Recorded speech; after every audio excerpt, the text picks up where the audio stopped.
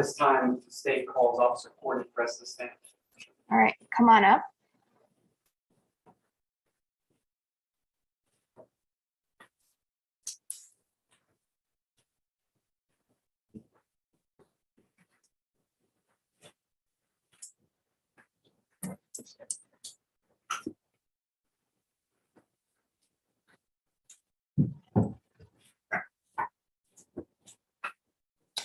So the parties didn't stipulate or state that all witnesses were previously sworn in. So officer, will you please stand up and raise your right hand for me? You swear to tell the truth, the whole truth, and nothing but the truth. I do. You may take a seat. Counsel, whenever you're ready. Afternoon, Officer President. Good afternoon. Could you please introduce yourself to the jury? Yes, my name is Officer Courtney Perez. Officer President, what do you do? I am a patrol officer with the McKinney Police Department. And how long have you been? I'm doing it for about 3 years. What got you into being a police officer? After I graduated high school, I signed up for the Army. Spent about 4 years in Iraq serving my country. So when I came back home, I wanted to find a way to serve my community. Do you have any prior training aside from that military experience? Just basic training at the police academy. Officer President, what do you do as a patrol officer? Well, normally I'm assigned to an area, and at that point, any calls I get from dispatch, I'll respond to, or I'll handle any traffic violations that I witness. Do you have any narcotics training? No, I don't. You ever worked with the narcotics division? No, I haven't. Do you have any interest in working in that division? Absolutely. It's something that I aspire to do at some point in my career.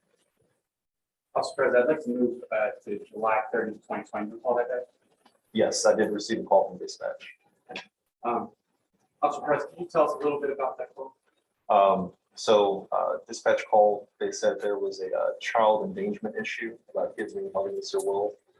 So I turned on my sirens and I responded to the call. And where was that location? That was at 202 Redbud in McKinney, What county is it? Collin County, And what state? Lone Star. Officer President, what happened? I arrived at the scene. While I was on the way, I did receive a second call from dispatch. Said something to the effect that there might have been a drug deal with children that were involved. I didn't know if it was related to the first call or if it was supplementing those notes. But after I arrived at 202, I did wait for additional dispatch or additional backup. I'm sorry. Okay, did additional backup arrive? Yes, the second patrol call arrived. And once the backup arrived, what did you do? I got out of the car and I went to apartment 123. That you approached the door Yes. and what happened? I knocked at the door and shortly thereafter, a shirtless gentleman answered the door. Did you recognize that man? Yes. Okay, you pointed out maybe by article of clothing. Yes, wearing the jacket with stripes. Your Honor, let the record reflect that this witness is correctly identified the defendant. So reflected. Officer Perez, did you speak with this man when he entered the door? Yes, I did. And how that interaction go? I introduced myself. I told him that I was there for a child endangerment call, and I asked if he could produce an ID. Okay. Did you happen to ask him his name? Yes, I did. Okay, what did he say? Told me his name is Tommy Williams. I'm just going to reflect some of your testimony on this whiteboard here. Now, if I write anything incorrectly, just let me know, okay? Absolutely. All right, one.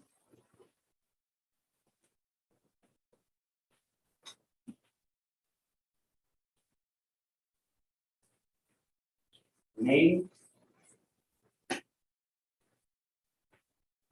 Tommy Williams.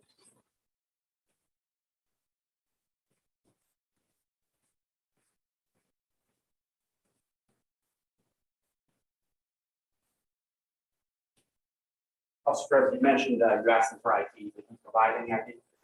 So when I asked for it, he didn't have it.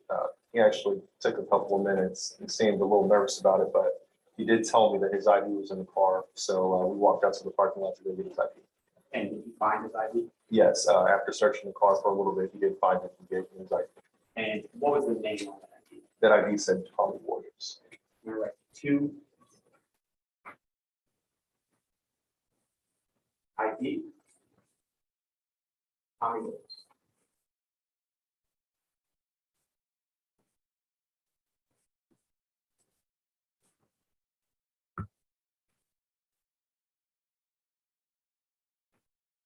Officer Perez, when you get an ID from the individual, you typically run it for background. Yeah, absolutely. Anytime we get an ID, I'll, go to my car, call it into dispatch, and we'll check to see if there are any warrants. Did you do that in this case? Yes, I did. What was the feedback? That the Tommy Williams had a couple of traffic warrants. And did you present that to the man that you're speaking with? Yes, I did at that time, I let the person know that there were warrants out for their arrest. And what reaction did you receive? White as a ghost. Just very nervous. What happened next? At that point, I did let Tommy Williams know while I was there, I wanted to go and search the house, and I asked him if he would sign a consent form for me to do so. And did he sign? Yes, he did. And what was the name signed? He signed with the signature of Tommy Williams. All right, 3. Sign.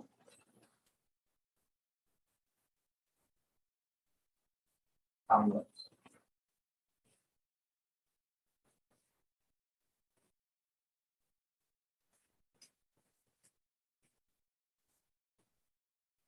Your Honor, at this time, the state offers state's demonstrative 1 purely for demonstrative purposes. Any objections or statements? No, Your Honor. All right, it's admitted as a demonstrative from the state. Officer Perez, after he signed that consent form, did you end up investigating the house? Yes, at that time, a third third backup officer arrived. So I had that third officer stay with Mr. Williams in the parking lot. Myself and the second responding officer went up to the apartment to go ahead and perform a search. Okay, and while you were searching, did you happen to take any photographs? I did. Okay, if I showed you copies of those photographs today, would you recognize them? Yes, I would. Your Honor, permission to approach the witness with what has been pre-marked as exhibits 3 through 8. You may. The record reflect that I am showing opposing counsel exhibits 3 through 8. There are issues.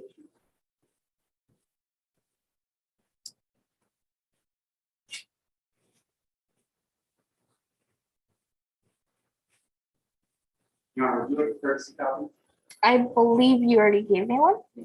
It should be in the back of that one. Thank you. Officer Perez, do you recognize the photographs? Yes. How do you recognize them? These were the photographs that I took after I completed the search in the apartment. Do they appear to be a very inaccurate representation of the photographs? Yes, they do. Do they appear changed in any way? Not at all. Your Honor, at this time, the state offers exhibits 6, 7, and 8 into evidence along with already admitted 3, 4, and 5. All right, 3, 4, and 5 have previously been admitted. As to 6, 7, and 8, are there any objections? Yes, Your Honor. For Exhibit 6, we would object under 403. As you can see in this photograph, Your Honor, there is a firearm on that bed. The prejudicial effect substantially outweighs the probative value of this photograph, Your Honor. The prejudicial effect of the jury seeing a gun is that they would believe Mr. Williams is dangerous and harmful when the state has not brought forth any sort of gun charges to this crime. Additionally, Your Honor, there's minimal probative value to this photograph because the cocaine that was found is not in this photograph, Your Honor. And there will be no sort of officer or detective that will testify the relationship between the gun and the drug, Your Honor.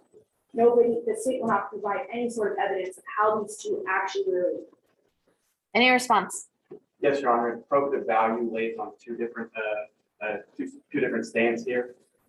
First off, Your Honor, the fact that the gun was found in the apartment informs this officer's investigation, and it will help tell the story of why he made decisions during his investigation. The second is that, if I may proffer, Your Honor, You may. we do believe that Detective Giddings, when he's called to the stand, will testify to the other items found in addition to those 2 bags and how they contribute to his conclusion that there was an intent to deliver in this case. All right. Objection sustained. Any objections as to 7? Yes, Your Honor. Our objections to 7 and 8 are the same. Objection for both those, Your Honor, as this would be misleading the jury. Your Honor, what we see here in 7 and 8 is a photograph of a kitchen table that was located near a kitchen area. Your Honor, there are scales that were here, but what was not here on the day of question originally was those 2 bags of cocaine that you can see on top of those scales. That cocaine was there after Officer Perez staged and manipulated the scene because he brought the cocaine from upstairs to downstairs and placed it exactly on those scales. Therefore, it would mislead the jury into believing that Mr. Williams was drug dealing when in fact it was the officer that made the scene look this way. What is your legal objection? Your Honor, under federal evidence 403. Any response? Yes, Your Honor. These photographs are highly probative in that they include all of those items that we believe Detective Giddings will attest to, led him in certain directions during his investigation. Further, they do include those 2 bags of cocaine that were found in his apartment, and any prejudicial effect could be mitigated by the testimony of Officer Perez and Detective Giddings, and the fact that Officer Perez, we do believe, will be testifying as to whether he moved any items in these photographs. Objection as to 7 and 8, which are the same for 403, it's overruled. 7 and 8 are admitted. Yes, Your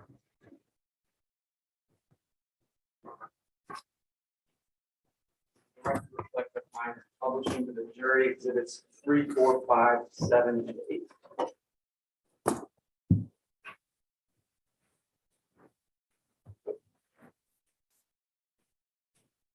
Okay, Officer Perez, once you entered the apartment, what happened next? So the first thing I did was take a look at my surroundings. The apartment itself on the first floor was very small. You know, you had a sofa, a kitchen, a small eating area. The area itself was very messy, but I mean, it was so small you could just look left and look right. Didn't see any children, and at that point, that's when I headed upstairs. Okay. Once you headed upstairs, where'd you go? I did go into the bedroom. Okay. And once you entered the bedroom, what happened next? So the room itself was dark. You know, I saw that there was a bed, so I did look the bed up to see if there were any kids hiding under there. And at that point, that's when I did find the firearm that was hidden under the bed. Okay. And what'd you do with the firearm? Well, since I was performing the search, I wanted to make sure that it wasn't loaded. So I immediately grabbed the gun, I ejected the magazine, and I checked to see if that it was not loaded. And then I placed it back onto the bed with the magazine outside of the bed. Did you use gloves while you were handling the gun? No, I did not. Why is that? Well, when we arrived at the house, I was under the impression that we were looking for children. You know, had I known that I would be looking for narcotics, I definitely would have worn gloves. And why do you unload the gun? Well, you know, we're searching a house. At that point, we still didn't know if there was anyone there. You know, the last thing that you want is a loaded gun sitting out so someone can grab it and shoot at you while you're searching the place. After you unloaded the gun, what happened? So at that point, I turned on the light to get a clear view of everything. And I did notice 2 bags of a white powdery substance sitting on the nightstand.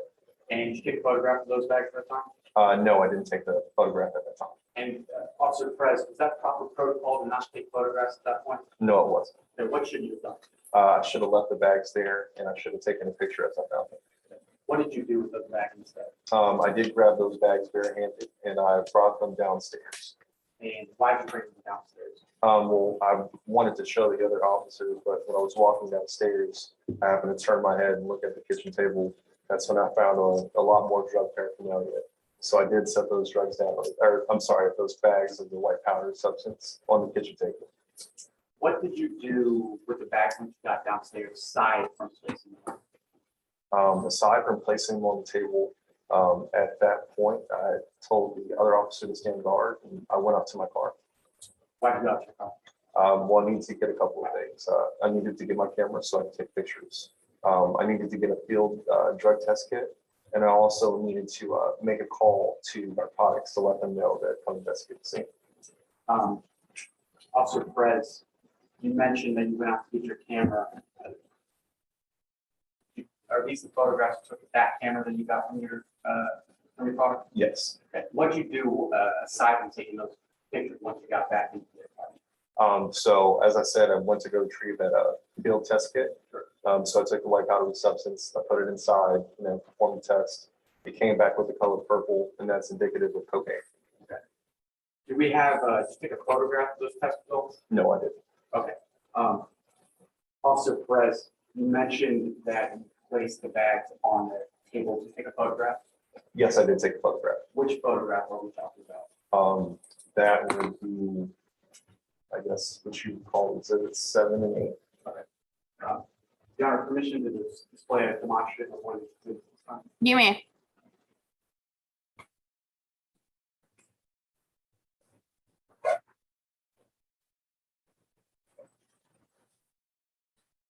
Public counsel, if I need to move this for you to be able to see this, let me know. Okay, We're able to see that, thank you. fantastic.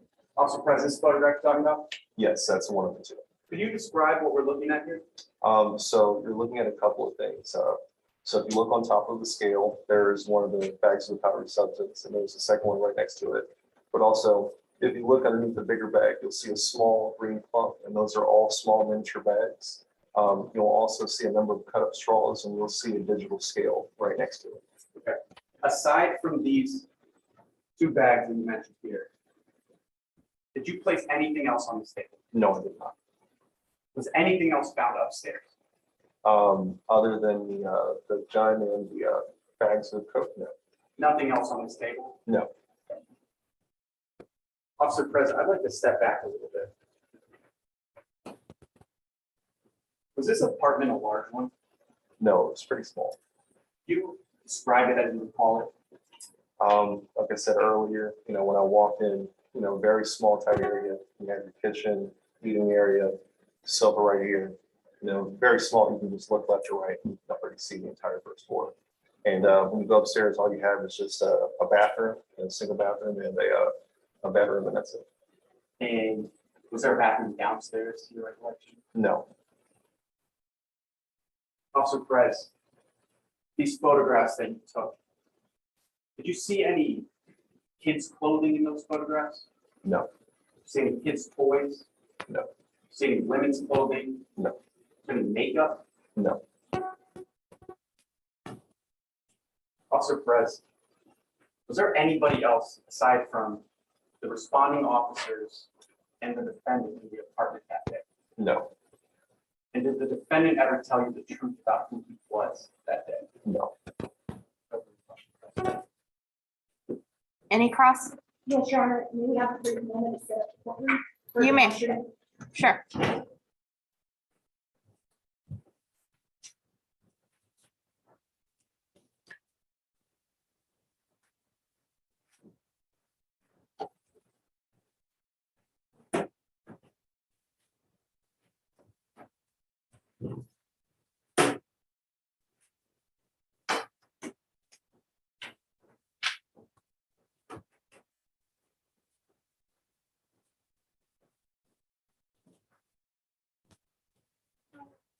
I just wanted to ask if the jury has copies of those exhibits, if I may retrieve them while I'm conducting my cross-examination. The ones published by the state? Yes. Sure.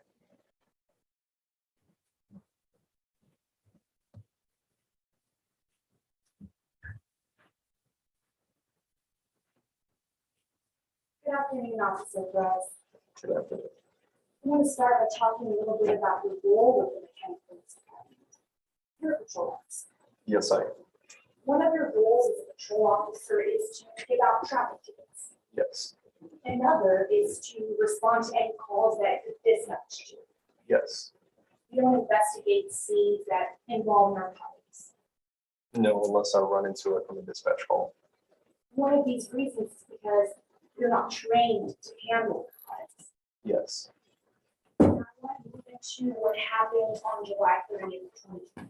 You mentioned that there were 2 calls that you received from dispatch. yes, I did receive 2 calls on my way there. The first call was a potential child endangerment call. Yes, it was. You would agree that child endangerment call could be a serious emergency, Yes, it could.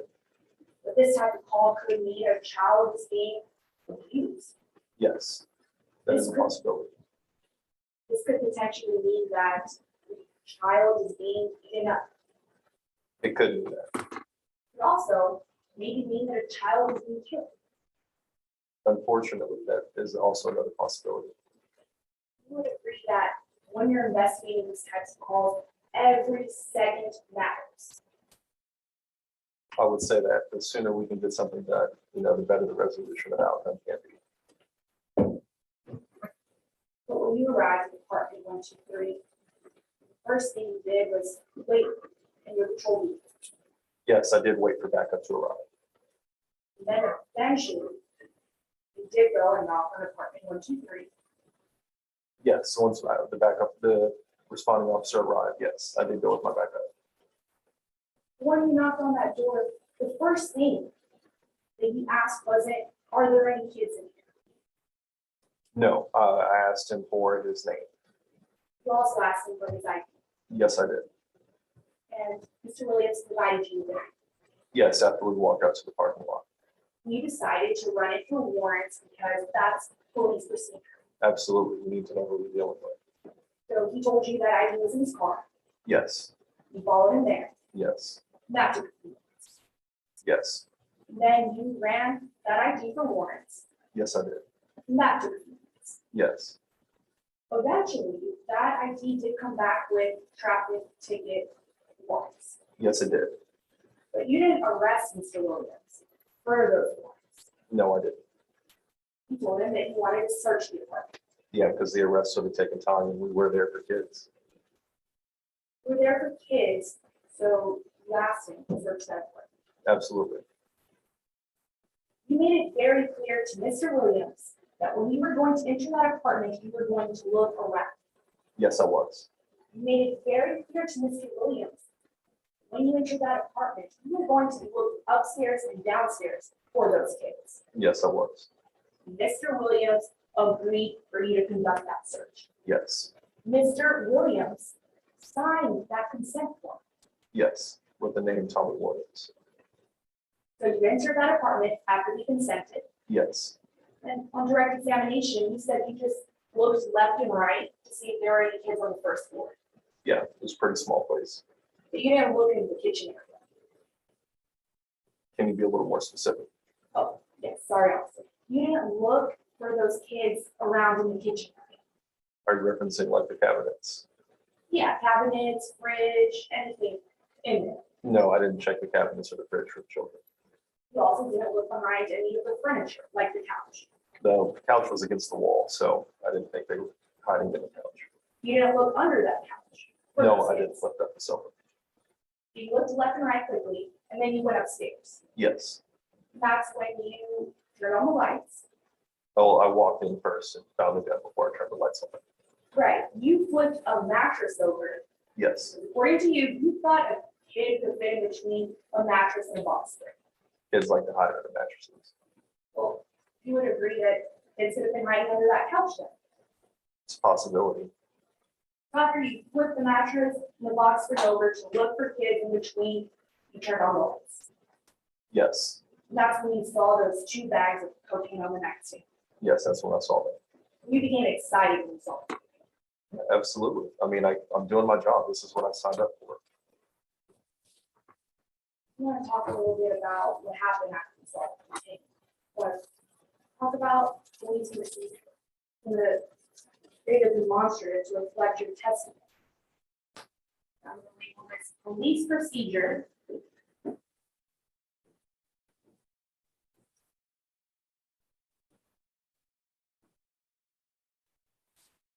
You would agree that it's police procedure to wear gloves on every day.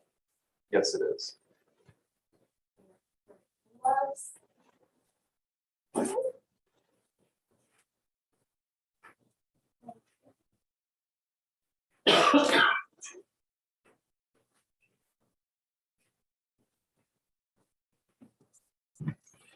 Apologize, Your Honor, just one moment. Sure.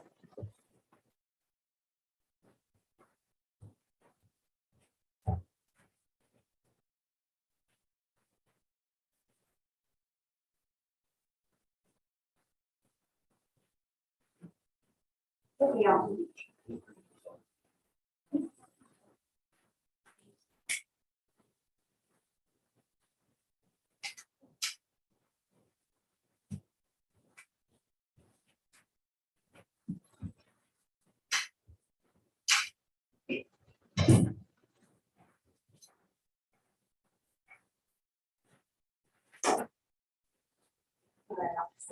You would agree that it's police procedure to not move evidence after you find it, Absolutely. right? Not move evidence. Also, a police procedure to photograph evidence exactly where you found it. Yes, Photograph evidence.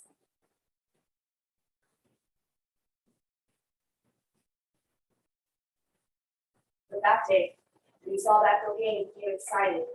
You grabbed it with your bare hands. yes, as I said earlier, I did. You didn't use gloves. Yes, I said that earlier.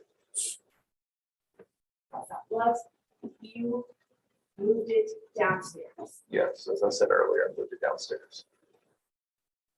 You also didn't photograph it exactly where you found it. No, I did not photograph it where I found it, as I said earlier. You would agree with me that it's important for the jury to see a picture of the cocaine exactly where you found it. I can't say I know it's important for the jury. Well, can you say if it's important to your investigation to have a Absolutely, photograph of evidence exactly where you found it? absolutely. So after this procedure wasn't followed, you brought the cocaine downstairs and placed it on a scale. Placed it on the table. One of the bags did end up on the scale, yes. You would agree that a scale near a kitchen area by itself doesn't suggest drug dealing. No, I just placed the bags there next to the other bags that I found. You would agree that small Ziploc bags on a kitchen table near a kitchen area doesn't suggest drug dealing. Objection, Your Honor. At this point, this is improper testimony that's being elicited. This witness has already suggested that they don't have any narcotics training and therefore cannot speak to the usage of the items and stayed very clear away from that type of subject on his direct examination. Overruled. You would agree that small Ziploc bags on a kitchen table near a kitchen does not suggest drug dealing alone. Alone, well, yeah, I would say that, but it wasn't well, next to a scale and straws. It was also next to the cocaine because you placed it there. Yes, but before I placed it there, it was next to a scale, straws, and small bags. I did place the cocaine there. After you place the cocaine right there near a kitchen area, that suggests drug dealing. I can't say that suggests drug dealing. The paraphernalia, it speaks for itself. Well, you believe Mr. Williams was dealing drugs. Yes, I did. That was after you had placed that cocaine right there. Uh, You can agree to that. Yes, well, yes, I can agree that once I found the drugs and the drug paraphernalia, then I thought he was a drug dealer. When you arrived, the cocaine was upstairs. Yes, When you arrived, Mr. Williams was downstairs. yes, he was. But after you got there, Mr. Williams and the cocaine were downstairs. Yes, That made it look like Mr. Williams knew about that cocaine. I can't say that made it look like anything. I can't answer that question. Well, after you brought it downstairs, where Mr. Williams was, that made it look like he was aware of that cocaine. I can't say that for sure. I mean, someone could infer that, but I wouldn't infer that.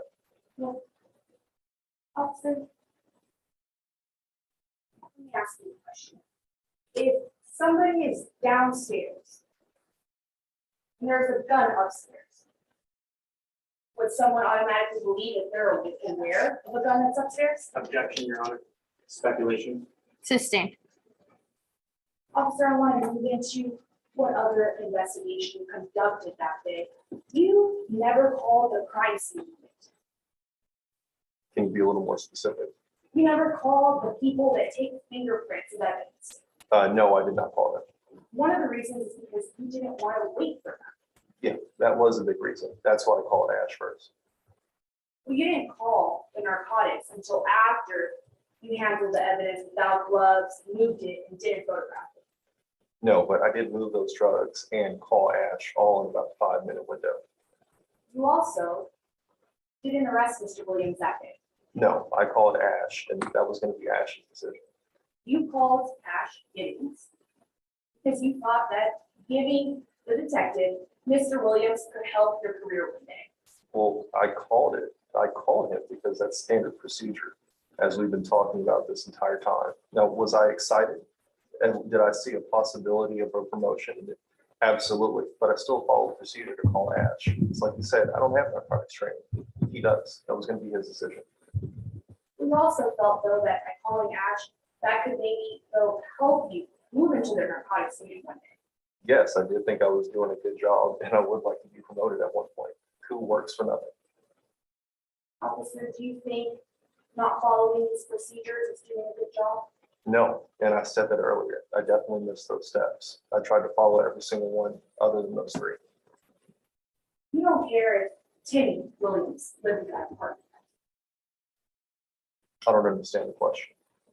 You don't care if the defendant lived in that apartment that day, or his brother lived in that apartment that day. I don't know what you mean by, I don't care if they live there. Well, you don't know if Timmy lives in that apartment. No, I don't. You don't know if his brother, Tommy, lives in that apartment. No, I don't. You don't care to know if either one of those lives in that apartment. Once again, I guess I wasn't really concerned about who lived there at the time. I was focused on who was in the actual apartment. You never found any cash in that apartment. Not that I recall. You never found any kids that you were looking for that day. No, I didn't. No further questions, Your Honor. May we preserve this as defense and logic of one? Any objections or statements from the state? All right, so preserve. Are there any redirect? Yes, Your Honor. Permission to proceed? You may. Officer Perez, when you respond to a call, is it proper procedure for you to go straight into the residence? No, not at all. That's one-on-one on how to get shot or get hurt. You always wait for backup. Okay. Is it proper procedure for you to immediately arrest the first person that you see? Not at all. We have to figure out who we're talking to and talk to them. Officer Perez, why didn't you use gloves when you picked up that gun? When we were there, I was there looking for children. I didn't know that it was going to turn into an investigation where I would find guns and drugs, but I did grab that gun because I don't ever want to work around a loaded gun, especially in a house that I've never been in before. Why didn't you use gloves when you picked up those bags of cocaine? Like I said, I was there looking for children. I didn't realize that there weren't kids there. And additionally, like you said earlier, I don't have narcotics training, and so I definitely messed up on that part. Officer Perez, all these items that we discussed in this exhibit here, the record reflect that I'm pointing to an enlargement of exhibit 8. So reflected. I'm sorry. Go ahead, counsel. Were any of those items not found in that apartment? Everything's in that apartment. Officer Perez, was it important to your investigation to determine who lived in the apartment? Not necessarily, Why is that? because we were just mainly focused on finding the children. But at that point, if there are drugs in the house, we're going to talk to who's actually in the house, who owns it or lives there is relevant. No further questions. Your Honor, may this one speak to? Are there any recross from the defense? No, Your Honor, per the local rules, recross not permitted. Thank you. You may step down. Is there permission to receive, retrieve my exhibits? Yes.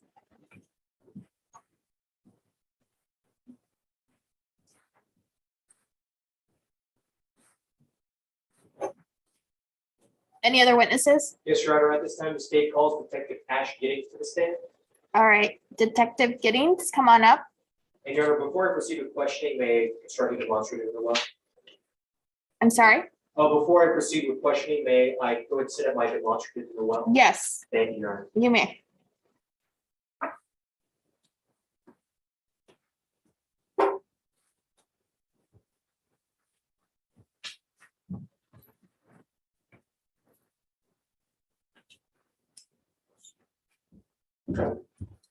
All right, please raise your right hand and stand up for me. Do you swear to tell the truth, the whole truth, and nothing but the truth? I do. You may take a seat. May I reposition myself to see the motion? Yes, you may. I'm not using it this time, but I can tell opposing counsel when I will if he doesn't want to stand over here. All right, once he does, you may reposition, or he may switch it for your convenience as well. Yes, Your Honor. Good afternoon, and thank you so much for being here, Detective. Could you please introduce yourself to the jury? Hello, my name is Detective Ash Giddings from the McKinney Police Department. Now, you mentioned you were with the McKinney Police Department. What exactly do you do for the McKinney Police Department? Sure, so I assist our patrol officers with any narcotics arrests they might have, We handle our own independent narcotics investigations into sellers and dealers in the community, and we also are assigned all over those cases in the, meantime. Now, do you receive any specialized training to be a narcotics detective? Yes, I do. And could you describe a little bit what that training entails? Sure. So once you're promoted into the narcotics division, you're kind of taught how to handle these cases, how to handle the drugs that you're kind of handling and all of that. Do you have a lot of experience with drug distribution cases? Yes, I've been with the narcotics division for about 5 years now. And do you have experience dealing with cocaine specifically? Yes, that's been part of my job for the 5 years. Now, could you tell the jury how you're related to today's case as a narcotics detective? Yes, so I was on call that day when our patrol officer, Attorney Perez, went ahead and called me in after he had made an initial narcotics arrest, and I handled the investigation. All right, I want to talk about that day, July 30th. Could you tell the jury where the apartment was located that you arrived at? Sure, it was at 202 Redbud, it was the Redbud apartment. And could you tell the jury what city, county, and state the Redbud apartments are located in? Yes, it was in McKinney, here in Collin County, and Lone Star. Now, by the time you arrived at the apartment, had the defendant already been detained? Yes. Had the police already gathered any evidence? I know they had photographed the scene and tested the narcotics with a sort of a field testing kit, but nothing had been retrieved yet. And had they found, or had they gathered the drugs specifically? I know they had moved them downstairs, and that's, I think, the only thing that they did. Now, is it proper police protocol to move items from where the police found it? It's something you can do, but you have to photograph it before you move it, and unfortunately, I don't believe that's what the officer Perez did that day. And is it proper police protocol to touch items without gloves on? No, it's not. Is that what Officer Perez did in today's case? Unfortunately, yes. Now, despite Officer Perez's actions, did it materially affect your investigation? No, not at all. We were able to still test all of the narcotics that were found on the scene, and there was just more than enough evidence present for us to make a conclusion about what was going on. Well, I want to talk a little bit about that evidence you mentioned. Let the record reflect, I'm now showing the witness an enlarged version of Exhibit 8, which has already been entered into evidence. So reflected.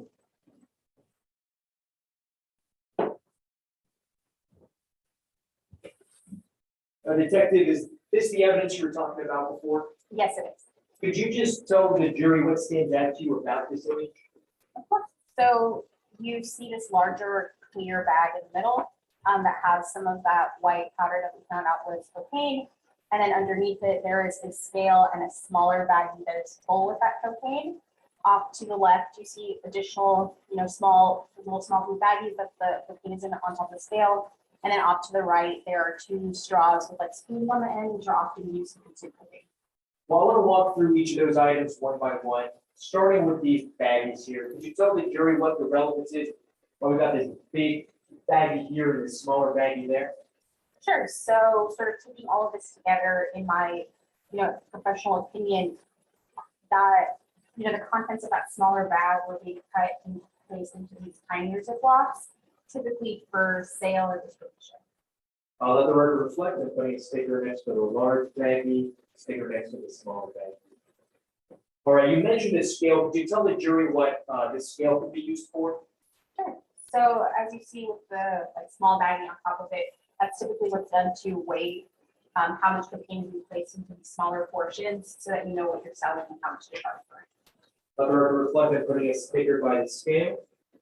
All right, you also mentioned these smaller baggies here. Could you tell the jury the relevance of these smaller baggies on the table?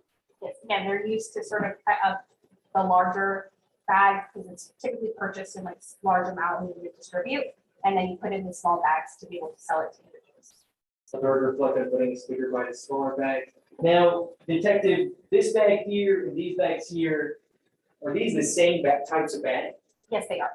And to clarify for the jury, was the scale and these smaller baggies, were these on the table when the police arrived? Yes, they were on that kitchen table when Officer Perez arrived. Now, looking at all this evidence here, what were your conclusions about what these items were used for? Looking at everything together, it was clear that this was a sale and distribution effort. This is an individual who purchased cocaine, in bulk in that larger clear bag, and then was cutting it into these smaller blue plastic bags for sale and distribution. Thank you, detective. Now, as to the substance in the baggies, did you ever test that substance? Yes, so Officer Perez conducted an initial field test and it came out positive for cocaine. Once I arrived on the scene, I retrieved those 2 bags and took them to the lab for testing.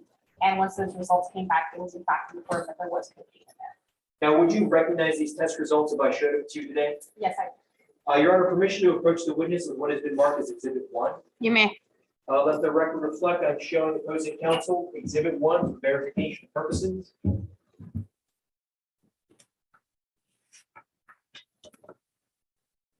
Let the record reflect I'm approaching the witness with Exhibit 1. Hang on a minute. And Your Honor, pursuant to pretrial stipulation, Exhibit 1 has already been entered into evidence. Correct. May I publish this copy to the jury? You may. Thank you, Your Honor.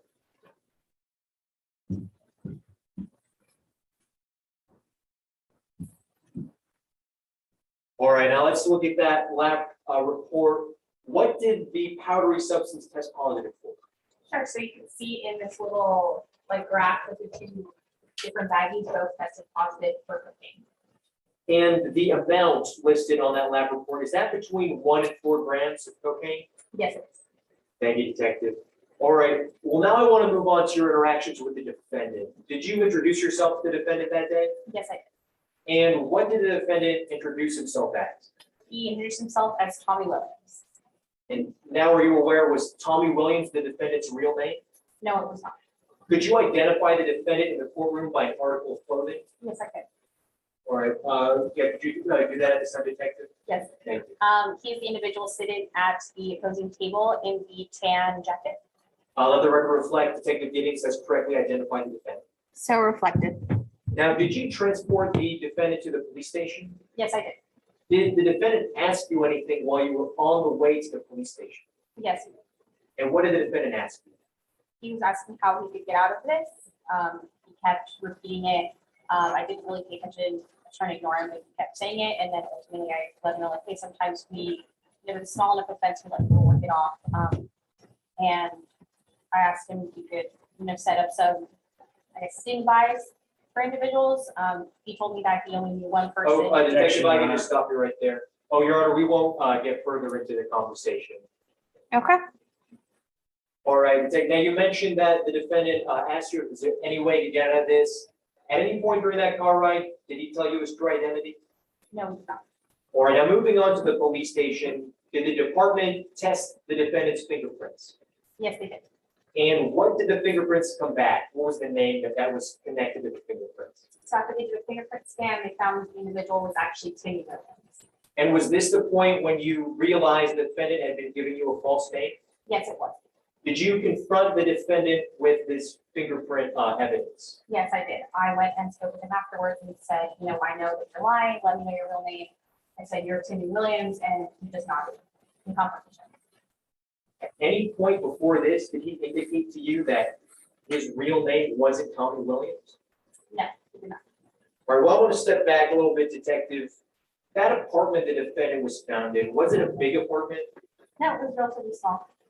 Was anybody else other than the defendant ever seen in that apartment? No.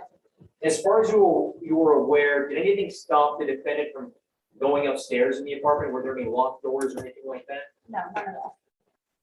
Was the defendant found in the same apartment with the scale, the baggies, and all that other equipment you talked about earlier? Yes, so he was on the same floor as the scale, the baggies, the straws, and the cocaine was upstairs in that apartment. Thank you, Detective, for your time. I pass the witness. Cross. Yes, Your Honor, before I proceed, I would ask the opposing counsel to construct their demonstrative. Oh, sure, they are. Sure. And additionally, might I preserve this demonstrative as well with the stickers on it for future use? Any objections or statements? No, Your Honor, no objection for the use of the demonstrative, however, we would ask that we move it out of the way. No problem. Happy to take it down. May we set up for demonstrative? Yes. Counsel, if you would. Oh, of course. No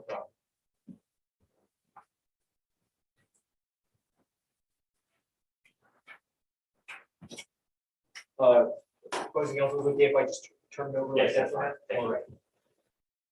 Before I proceed, Your Honor, may we ask that the jury is finished with reviewing that piece of evidence that was handed to them, maybe retrieve and return to the. You may.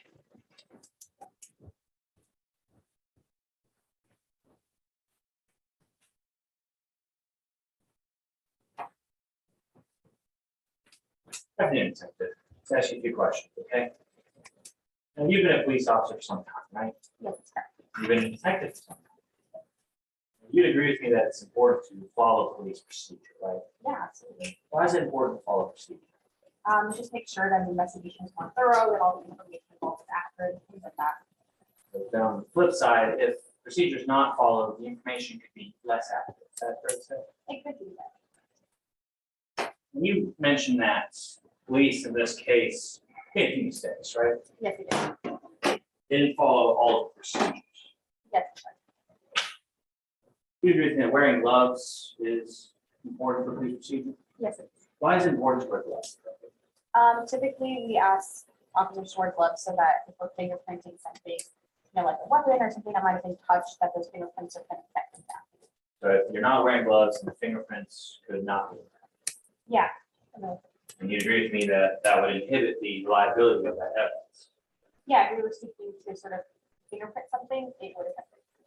And that could inhibit your ability to make sure you got the right person. Potentially, yeah, depending on the context, obviously. Gloves weren't worn, No, I don't believe it will. but this could have potentially impacted getting the right person for this case. Not really. We weren't seeking to kind of fingerprint those bags. So we were kind of trying to ID something that we don't know, but they were in that apartment with the defendant. So it's clear enough that, he had access to them and was likely the defendant. We'll talk about the choice not to fingerprint in a while, but not moving evidence. Why is that a part of this procedure? Just so we can show where it was when it was initially, when you initially arrive on a scene, just to kind of verify where it is. Why is it important not to? Just to be able to show that, that's where it was, sort of preserve any conditions that might have been going on. at the scene. So then if you do move the evidence, that could make it more difficult to tell where the evidence originally was. I suppose like you're supposed to photograph it and then you can move it really, like moving it itself is not the issue. It's just sort of having verification of where it was. So for you, you believe that police procedure is okay, it's okay to move evidence around, so long as you photograph it before. Yes, that is our procedure. And why is it important to photograph it? Again, just to verify where something was located initially, officers don't have perfect memory. So, if we need to refer something later, they have a photograph. So since officer memory can be fallible, you don't have a photograph, that could make it more difficult to make sure that the officer's memory is actually correct. Yeah, typically it's just something we have to see if we verify. Photographing wasn't perfect in this case, was it? No, I don't think it was. You agree with me, doing these things is the right thing to do, right? Yeah, obviously context dependent on the case, but those are our typical standards. You agree with me, it's easier to grab something without gloves on? Or putting on, let me change my question for you, make it a little bit more clear. Putting gloves on takes a little work, doesn't it? Yes. It's more work than just grabbing something with the bear. Yeah, but like really kind of minimal effort, yeah, I suppose. Now, moving evidence, I want to make sure with the moving evidence, that might require some more work, occasionally. I suppose not to I think so. And then photographing evidence, that takes more work, doesn't it? Yeah, you just have to kind of get the camera. If you go get a camera, and in the moments, you might not have it. Yeah, but I think they usually have one in their control. So when you're conducting the investigation, you're supposed to go get it first. Yes. Now, second, you'd agree with me that it's important to fingerprint.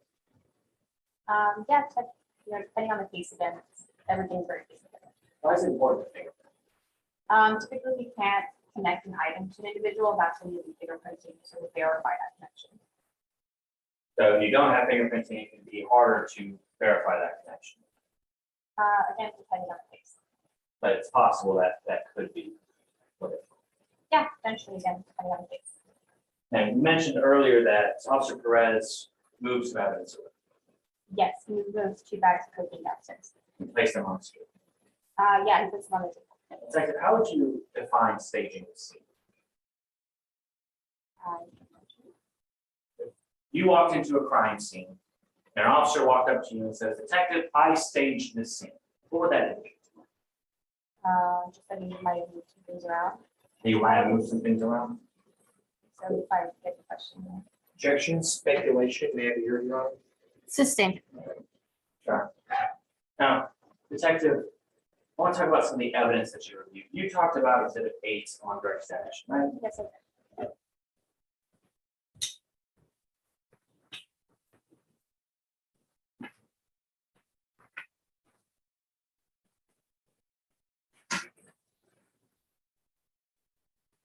Detective, is that exhibit 8 you saw before? Yes, I did. I want to talk about what you saw here. Before I talk about this, you never went upstairs, right? No, I didn't do it. I just was there to collect the narcotics and do the narcotics part of the investigation. As part of the narcotics investigation, you didn't think you should go upstairs to see where the narcotics originally found?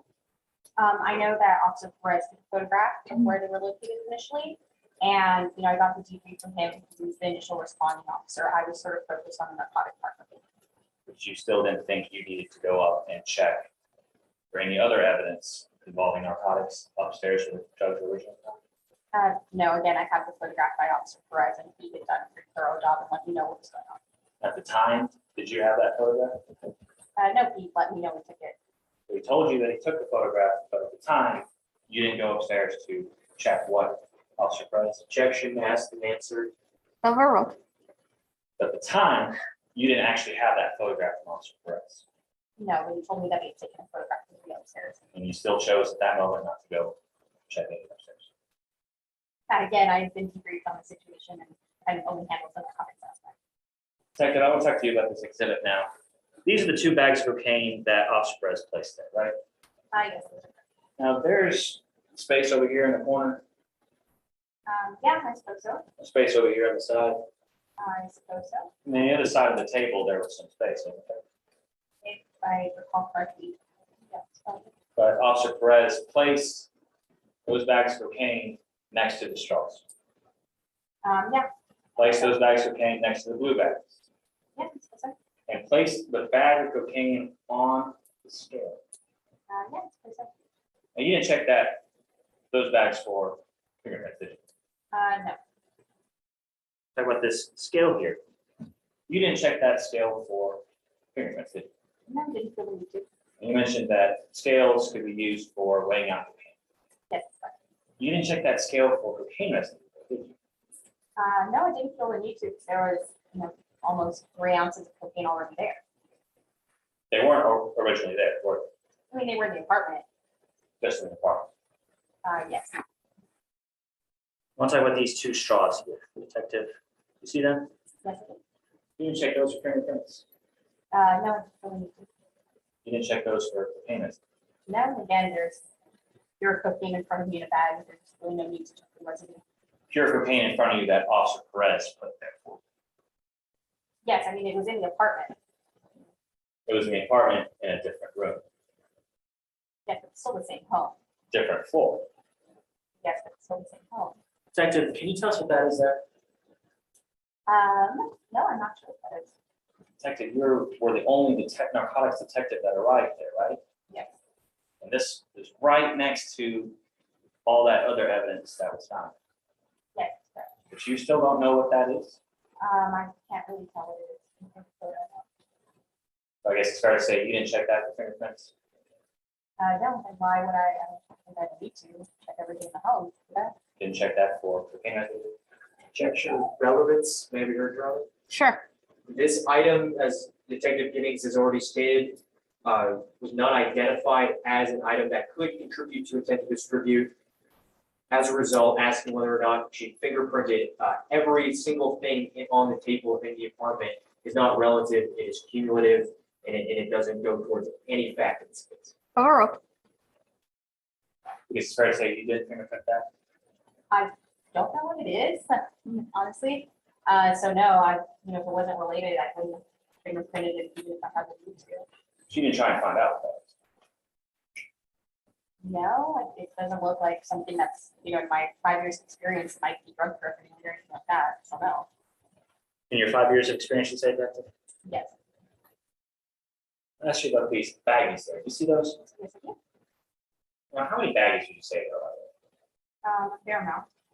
You didn't check any of that fair amount of baggies for? fingerprints? No, again, I didn't fill any to fingerprint. You didn't check any of those baggies for cocaine there? No, again, there was solid amounts of cocaine there. The residue.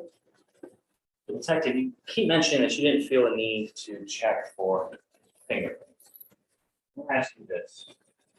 As you searched those items for fingerprints, had you found Tommy Williams's fingerprints on all of that evidence? That would indicate Tommy Williams had come into contact with that. I suppose so. That is something to work. Had you found those fingerprints, you'd agree with me, you would have arrested Tommy Williams. Objection, speculation, Your Honor, all of this is hypothetical. Any response? No, this is, I'm asking what the detective themselves would have done. I'm not asking them to go to line somebody else. Overruled. Detective, had you found fingerprints of Tommy Williams and all of that evidence, you would have arrested Tommy Williams. In addition to Timmy Williams, likely would have done a search for him as well. So you would have arrested Tommy Williams. In addition to Timmy, yes. You arrested Timmy. Yes. Timmy is here. Yes. You arrested Tommy Williams.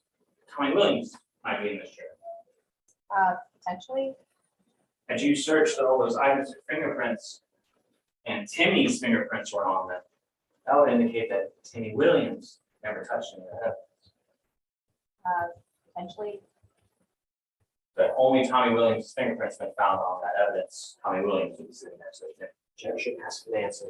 Sustained. Detective, you agree that it's important to talk to witnesses. yeah, of course. Why is it important to talk to witnesses? Just get an account of anyone who might have seen the records on this.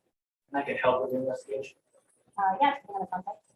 Now, you didn't knock on any other doors that day. No, there's no need to. You never went back to the apartment. No, we found all the evidence we needed that day. All the evidence that you need or that you thought. Again, it was all clear. We have photographs of drug paraphernalia. We tested the drugs. There's really no need to go back. We had done a search of the area, found nothing else that was of note. So yeah, there was no need to turn. You searched the entire area, detective? Yeah, myself and Officer Perez had gone through the entire apartment and we had just taken note of what was relevant. You never went into the bathroom? I personally didn't need to, we found all the paraphernalia. Officer Perez found several things in the bedroom that he took photos of, so no, it was really no need. Anyone go in the closet? No, I don't believe so. There's the- The entire apartment wasn't searched. I was not head to toe, but we found things that were clearly indicating that there was a sale and distribution of cocaine, so that was enough for us to kind of have a case. You never tried to see who actually leased that apartment, did you? No, I did not. You never spoke to the landlord? No, I think of it. You never tried to see the lease agreement? Not, no, I don't think so. Second, I want to ask you these questions here. You arrested Timmy Williams. Yes, it is. Now, there are no fingerprints for Timmy Williams. No, it's not. Now, you didn't search the entire apartment. Not the closets or things like that. No. You didn't speak to any witnesses. Objection, ask an answer. All of these questions actually have already been asked and answered explicitly. Overruled. You arrested Timmy Williams even though you did not speak to any witnesses. There were no witnesses. It's just a single man in this apartment. Do you know for a fact that nobody saw anything that day? We arrived on the scene, not to the apartment. There was one individual there. Witnesses are typically someone who can give us information, who saw what was going on.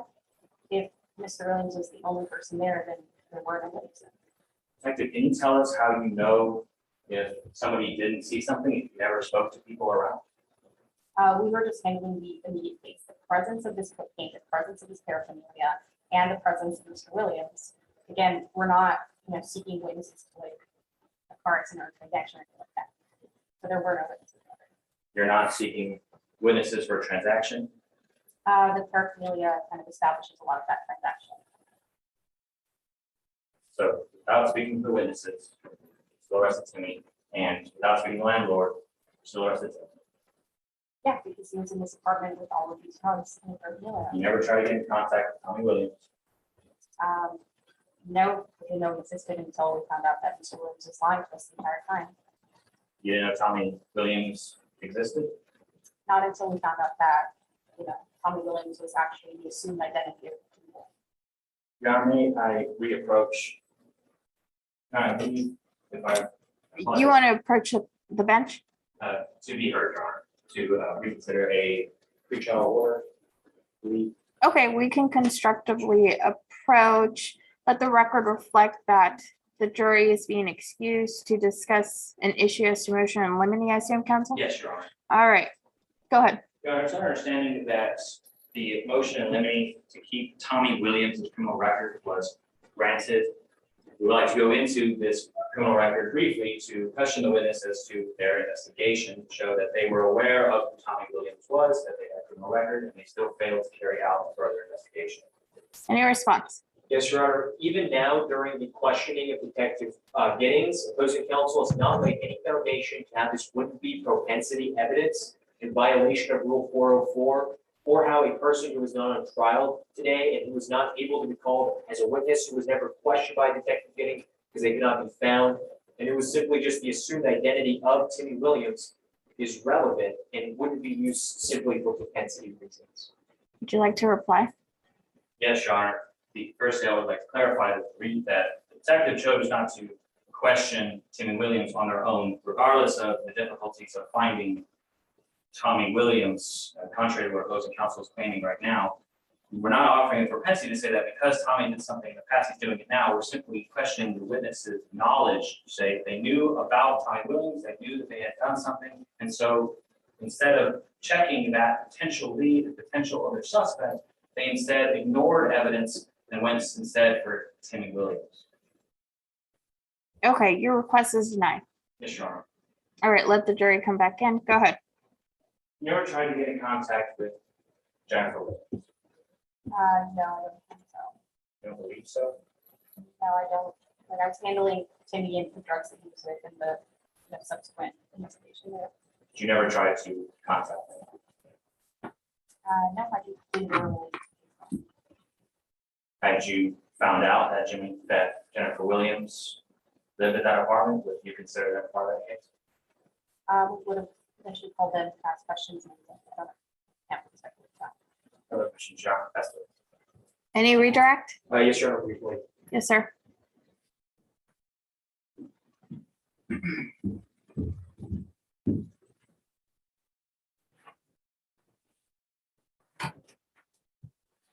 Detective Giddings, have you ever seen a 100% perfect investigation? No, of course not. In spite of this, are police officers and detectives able to make arrests that can be trusted? Yes, of course. The opposing counsel mentioned these violations of procedure. Would you agree that these are violations of procedure? Yeah, they do go against kind of what we guide people to do. Did this materially affect your conclusion, however? Objection, Your Honor, that's the answer. Overruled. Did any of these violations materially affect your conclusion in any way? No, not at all. Did it change the fact that the drugs were already in the apartment? No, it did not. Did it change the fact that all of that distribution equipment was in the apartment? No, it did not. Did it change the fact that the defendant was the only person found in the apartment? No, it did not. Why didn't you feel the need to fingerprint every piece of evidence in that apartment? Typically fingerprinting is done to sort of trace items back to an individual, but we had, an individual alone in his apartment with these 2 bags of cocaine, all this paraphernalia. It was more than clear that there was the drug distribution initiative going on in that apartment, that individual was found in. So there's no need to sort of trace anything back to them if he's there.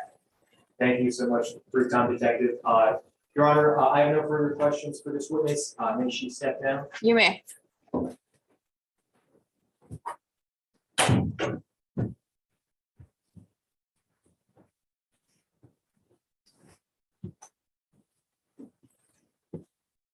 Your Honor, at this time, the state has no further witnesses, and we rest our case in chief. We request a brief recess before defense commences their case in chief.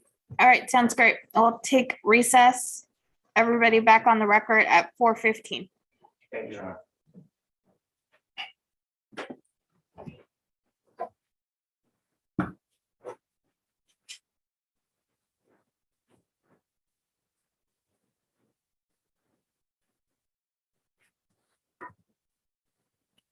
All right, back on the record. Is the defense ready to call their first witness?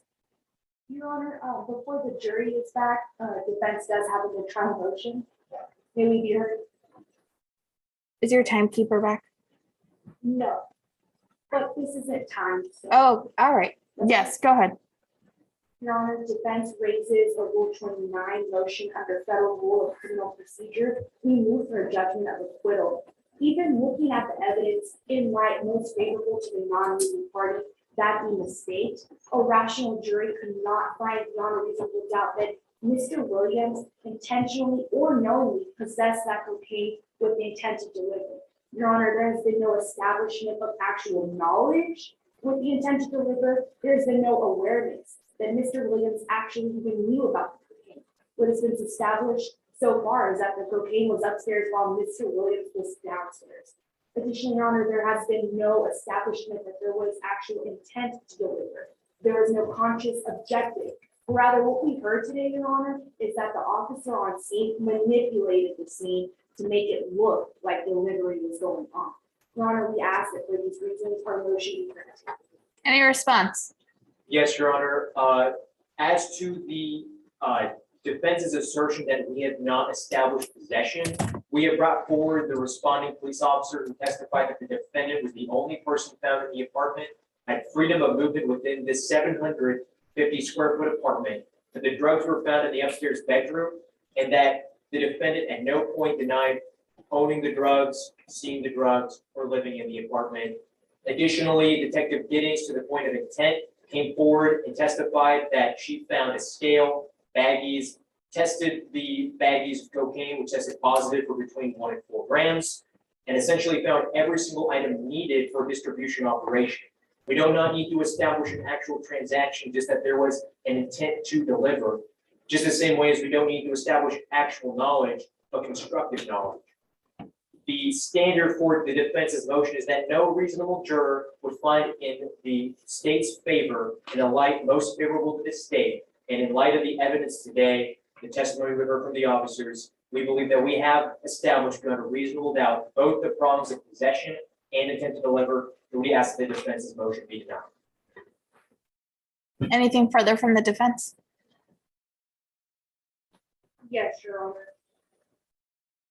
Honor.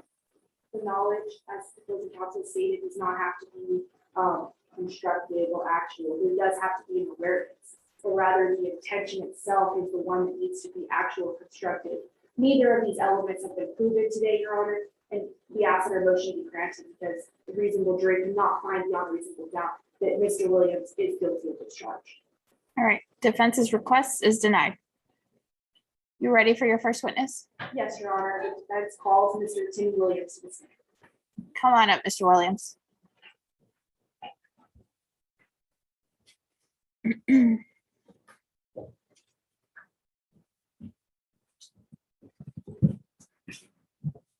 All right, during the break, you were sworn in, you're still under oath, you understand that? Yes, Your Honor.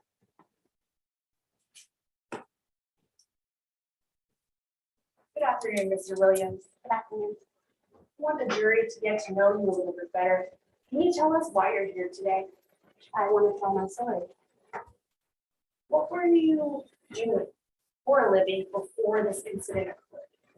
Actually working 2 jobs. I was working part-time as a KFC cook and part-time as a ranch hand. The ranch hand part is the most fun part of my career. What does it mean to be a rancher? Well, a lot of things. So at a ranch, you might tend to the cattle that are there, and you just tend to the land in general. You help make sure that things are working properly. Assist, however, the head rancher needs you to assist that day. Who are you working for at that ranch? My name's Clint Herbert. The ranch is kind of far out. It was off of Farm Road 455. It's about 30 minutes from where my brother actually lives. Were you living at this ranch on July 30th of 2020? Yes, thankfully. So the owner of this ranch, Clint, actually has about 400 acres, and along those acres there's a bunch of houses. So I got to live in one of those houses as a part of working for him. Mr. Williams, are you married? No. Do you have any kids? Yes, I do. I have 5 kids. What about siblings? Yes, I have a twin brother. What is your relationship like with your twin brother? It's good. I mean, we definitely hang out. As you heard, I work at the place that I live, so I would go to my brother's on the weekends to hang out. It's pretty great. Now, I know we've heard a lot about your twin brother today, but what's his name? Tommy Williams. I want to move into the events that happened on July 30th. What was your morning like that day?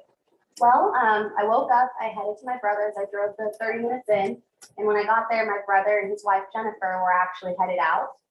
So I kind of made a little spot for myself there after they left. So you stayed at your brother's apartment while him and his wife left. That's correct, yes. You mentioned you made a little space for yourself. What did you do while you were there at that apartment? Well, after my brother and his wife left, I kind of made this little sleeping area on the floor. It's on the first floor, in between like the couch and the kitchen table. And I started to just lay and watch TV, but working 2 jobs is really starting to get to me, so I knocked out most of the day. Were you asleep for the rest of the day? Yes. What else happened? Well, I was woken up when I heard a pounding at the door. Did you open that door? I did. I opened it and I saw like 5 police officers standing there, which honestly startled me. What did they ask you when they were at the door? Well, they asked me for my name and for an identification. Did you know why they were there?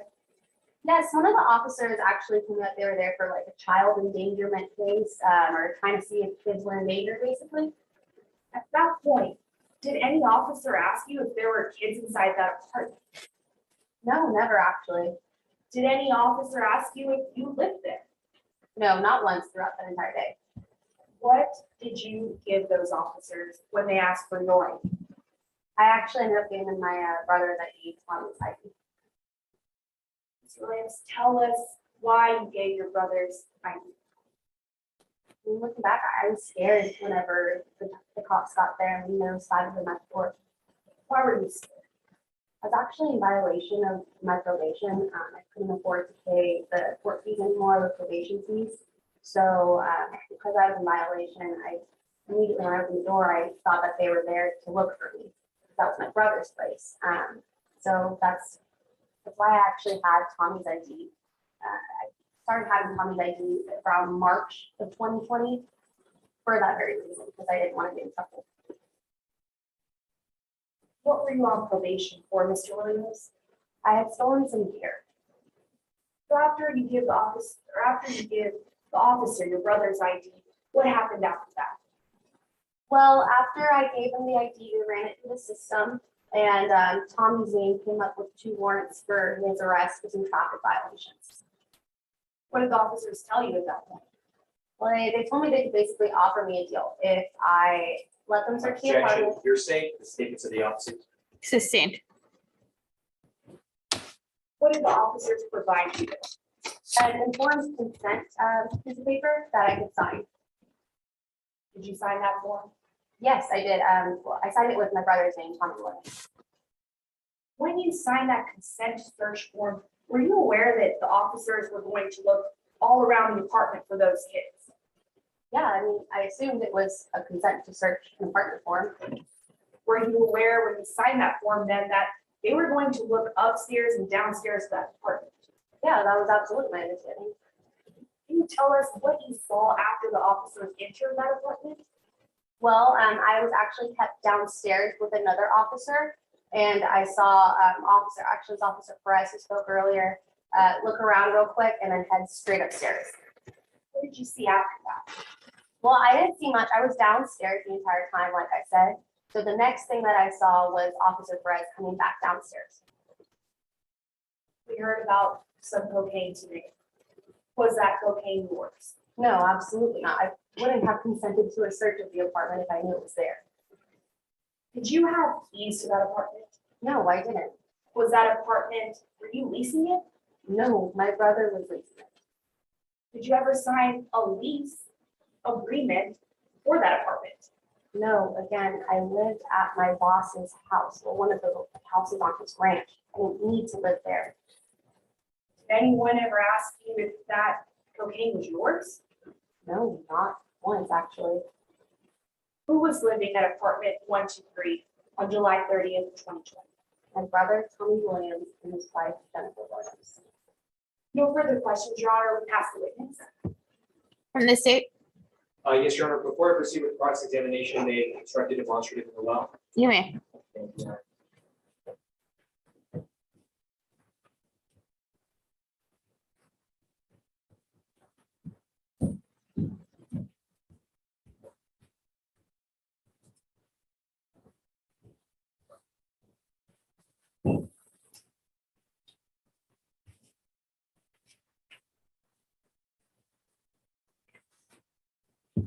Good afternoon, Mr. Williams. I want to walk through what you just testified just now, starting with your living situation around July 30th, okay? Now, you told the jury you were living with a man named Cliff Arbor, isn't that right? That's correct, yes. You were living on one of his properties? Yes, on his ranch, he had like 400 acres. So because I worked for him, I could live there. You don't have a lease with Mr. Arbor, isn't that right? No, it's just a part of our agreement. Nobody ever, to my knowledge, asked me about it or him about it. Now, you didn't put this agreement in writing, did you, Mr. Williams? No, thankfully, no. So, I mean, we have here today is your word that you were staying in this house belonging to Mr. Arbor. Yeah, I mean, if you had called Clint, you could have his words too. Well, Mr. Williams, you've been in trial for all of today's testimony, and you haven't heard from Mr. Arbor, have you? Unfortunately, no. And we have no documentation you've ever lived in one of his properties.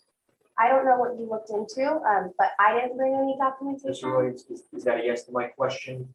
There, no documentation actually exists that you lived in one of Mr. Arbor's properties. I don't believe so, but I've never investigated if maybe he had notes or something.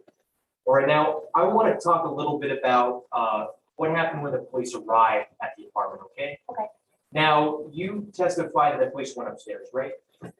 Yes, whenever they first walked in, they just looked around real quick and then headed straight upstairs. And they brought some baggies downstairs, right? Baggies, oh yes, they brought two separate bags downstairs. The two bags of what was supposed to be cocaine, I believe. You didn't see them bring anything else downstairs, right? I'm not aware of remembering seeing anything else. All you remember is they brought two bags downstairs, correct? Yes, that's all I remember. Then they put them on the kitchen table. Yes, they put the larger bag on the kitchen table and the smaller bag on the scale. Let the record reflect that showing the witness what has been, or an enlarged version of Exhibit 8, which has already been entered in evidence. Now, this is that kitchen table in the apartment, right? I think so. It's kind of a zoomed in version, but I think so. I recognize the table, but not any of the stuff. I guess the two bags, the turquoise bags with the green dots and the clear bag with the green dots. Now, you mentioned that what the police brought downstairs were these two bags, right? I believe so. And you mentioned that they put the bags on the scale, correct? One of the bags, yes. So the scale was already on the table when the police arrived. Yes, I believe so. And these baggies here, they were on the table when the police arrived. I'm sure that they were because all I saw was him coming down with the clear bag and the smaller bag with the white substance. And these straws were already on the table when the police arrived. Again, I'm sure that they were because I didn't see him come down with that. Now, your brother's, or what you claim to be your brother's apartment is quite small, isn't that fair to say? Well, I don't claim it. It is my brother's apartment. But yeah, I mean, it's not a mansion. It has an upstairs and a downstairs though. Is that a yes to my question, Mr. Williams? Pretty small. I don't think it's pretty small, but I come from a humble background. All right, Mr. Williams. Well, this is your mattress, isn't it? I can't tell if that's a mattress. I made a little like bed on the floor, if that's what you're talking about. So this is your bed. Yes, absolutely. So you were sleeping right here before the police arrived. Well, I was actually sleeping the other way, like head the other way because the TV was pointing that way. And that's when I fell asleep. Okay, so the TV was on the opposite side of the kitchen table. Yeah, so if you walk in, you kind of walk in and see a couch and a kitchen table. And across from the couch this way is the TV. So I was facing this way. All right, so your head was about right here, Mr. Williams. No, opposite way. Okay, so it was right here. No, like this way. This picture, again, like I said, is very zoomed in.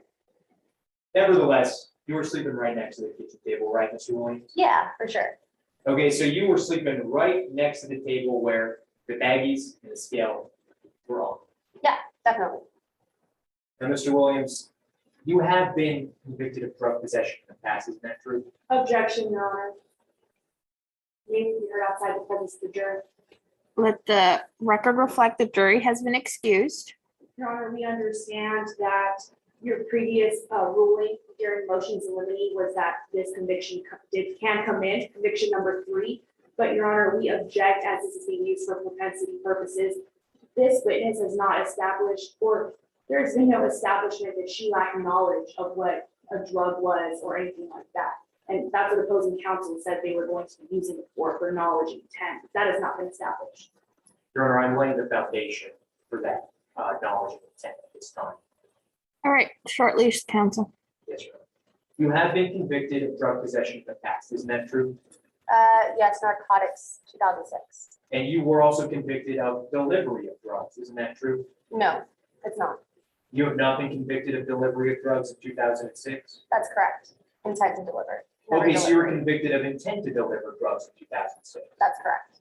All right, well, in spite of those 2 convictions, Mr. Williams, you claim you don't know what that scale is used for, That's not what I've ever said today. so you do know what a scale can be used for. I know that a scale could potentially be used for narcotics or anything like that. I did not think that day that that was going on. As you heard, the cocaine was nowhere near any of that, and I knocked out. Mr. Williams, is that a yes to my question? You know what the scale can be used for, It can be used for various things. but you know it can be used for drug distribution. I know that it could be a portion of what it's used for, yes. Is that a yes to my question? It can be used for drug distribution. Like I said, it could be used for a portion of that, yes. These little baggies here, those can also be used for drug distribution. I'm sure that they could. I don't know what other people use. I don't know. So, Mr. Williams, it's fair to say you know that some of these objects on this table can be used for drug distribution. Yes, that is true. But You that s- day I did not know. And you were sleeping right next to that table when the police arrived. That is correct, yes. Now, I want to talk a little bit about your relationship with your brother, okay, Tommy Williams? Yeah, that sounds great. You mentioned you have a good relationship with your brother. I would say so. I mean, we fight for twin brothers. I was born first though. Now, you would never want your brother to get hurt. Is that fair to say? Absolutely. You'd never want your brother to get in trouble. Is that fair to say? If my brother has done something wrong, then I think that the law controls and my brother should get in trouble for that. Well, Ms. Williams, I want to talk about what you did with your brother's name on the day of July 30th, okay? Yeah, that sounds good. Now, when the police arrived, you told them that your name was Tommy Williams. Isn't that true? Yes, like I said on direct, that's what I told the police. Fair to say that's a lie. Yes, like I said on direct, that is not my name. I am Tommy Williams. Now they asked you for a license. Yes, that is correct. You went to your car. That is correct. You found your brother's license in your car. I didn't find it. I had it there. Like I said on direct, I was planning on using it because I was in violation of my probation. When you said you were planning on using it, I want to talk about your plan, right? So you told the jury that you're in violation of your probation. Fair to say? Yes, that is very fair to say. Your plan was if you ever got pulled over, you'd give the police your brother's license. Yes, correct, because then my name would pull up with the violation of the probation and I would go to jail. So your plan was to use your brother's identity to get out of trouble. Yes, it was not my plan to get in trouble that day because I didn't know there was cocaine in the house. Your brother knew that you had his driver's license? Yes, like I said, I got violation of probation, which happened in March of 2020, so I started carrying it around in March 2020. Your brother was okay with you using his license to give to the police? Yes. Your brother was okay taking the fall for your speeding violations? There was no fall. I'm sorry, I'm very confused Mr. by that Owens, your question. brother was okay for taking the blame for your speeding violations when you gave the officer that license? Yeah, my brother didn't have anything on his record like that, that it would get him to take a fall, if you're saying. Now, moving on to the day of July 30th, you gave the police your brother's license. Like I said on direct, that is correct. That was also a lie. Like I said on direct, my name is Kim Williams. Is that a yes to my question? You lied to the police. Yes, as to the identity portion, Just to the identity portion, that's the only lie you told the police. that's correct. You lied to the police to get out of trouble. Fair? Very fair. Objection, Your Honor. This has been asked and answered. All of these questions about Mr. Williams, it's been established that he did violate. Overrule. I'll ask the question again. You lied to the police to get out of trouble using your brother's license. That is correct. My whole plan was to not get in trouble because I didn't know there was anything in the house. Now, they also presented you with a consent form to sign, correct? That is correct, yes. You signed your brother's name on the consent form. Like I said, I used my brother's identity that day. Ms. Williams, yes or no question? Is that a yes? You signed your brother's name on the consent form? Yes, I took it on direct. That was also a lie to the police. Yes, it was. You lied to the police to get out of trouble. Yes, the point was to not get in trouble. Now, you heard Detective Giddings testify that she introduced herself to you, right? Yes, I do believe I heard her say that. And you told Detective Giddings your name was Tommy Williams. That is correct. I did say my name was Tommy Williams that day. And this was after the police found the drugs, correct? Yes, I believe so. So it's fair to say that you were aware that you were in a little bit of trouble with these drugs, right? No, I wouldn't say that. You were detained because drugs were found in the same apartment as you, right? That is correct. Nevertheless, you still lied to Detective Giddings about your identity. Yeah, I thought my brother was going to show up again. Any point before you were arrested, you never told the police the truth about your real name. That is correct. It didn't happen until we got to the station. That's right. It didn't happen until Detective Giddings confronted you with fingerprint evidence. That's when you told the truth. That is correct, yes. Ask the witness. Any redirect? Yes, Your Honor, brief redirect. Yes, ma'am.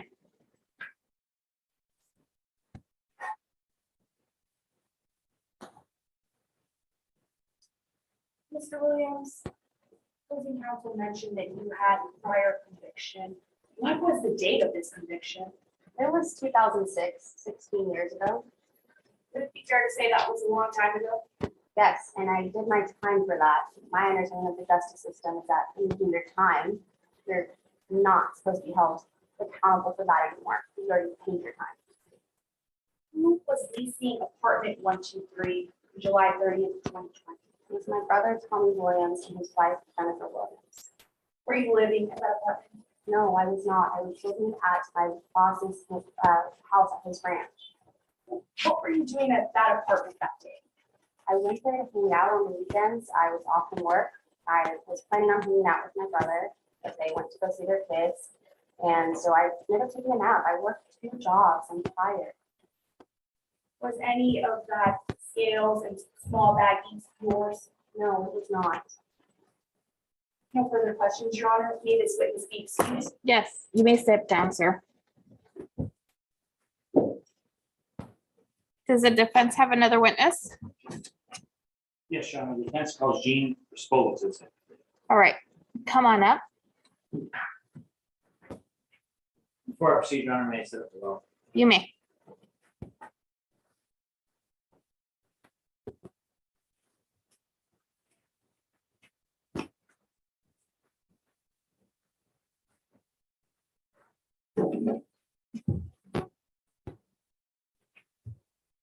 During our break, you were sworn in, sir. You're still under oath. You understand that? Yes, Your Honor. Thank you. Good afternoon. Will you please introduce yourself to the jury? Gene Risk. What do you do for a living, Mr. Respolis? I own an apartment complex. How long have you been doing that for? About 15 years now. Can you tell us where that apartment complex is located? Yeah, it's in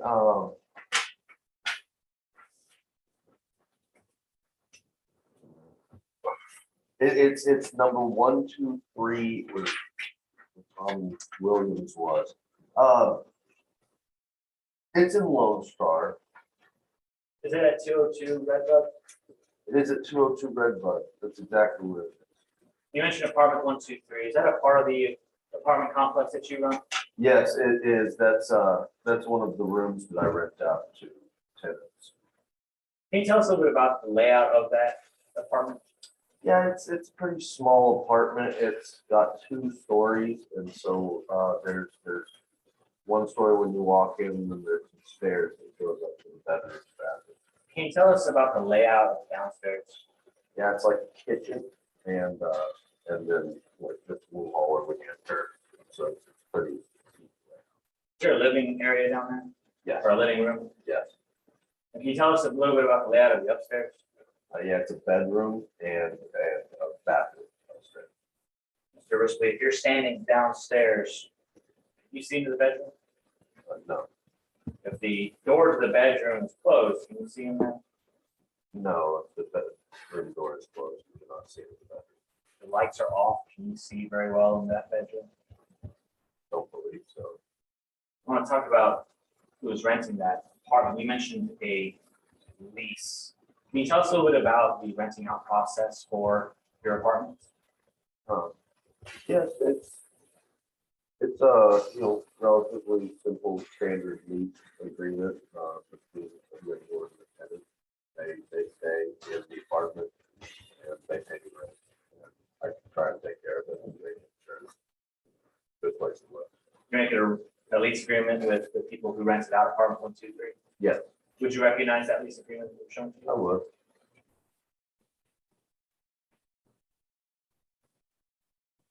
And may approach the witness with exhibit number 9. You may. Record reflect, approaching opposing counsel with exhibit number 9.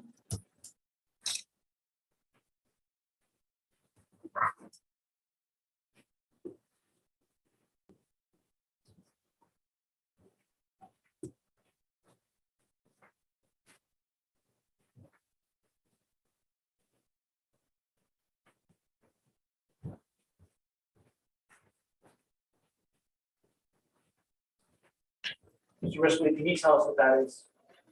This is one of my lease agreements. This is specifically the lease agreement for apartment 123 with Tommy and Jennfier Williams. When was that lease agreement? This was created December 18th, 2019. Were you present when that was created? Yes, I think so. Do you make lease agreements in the regular course of your business? Yes, I have to create these for more of my business. Are you the custodian of that record? I keep track. Is this a contract between you and the tenant? Yes, this is an agreement for establishing that I'm going to rent out apartments. They're going to pay. Your Honor, the defense offers into evidence exhibit number 9. Any objections? No objection to that. 9 is admitted. You goes to the jury. Your Honor. You may. Mr. Risley, can you tell us the tenants on that lease agreement? Yes, Tommy and Jennfier Williams. Now, I want to direct your attention to the last page of that lease agreement.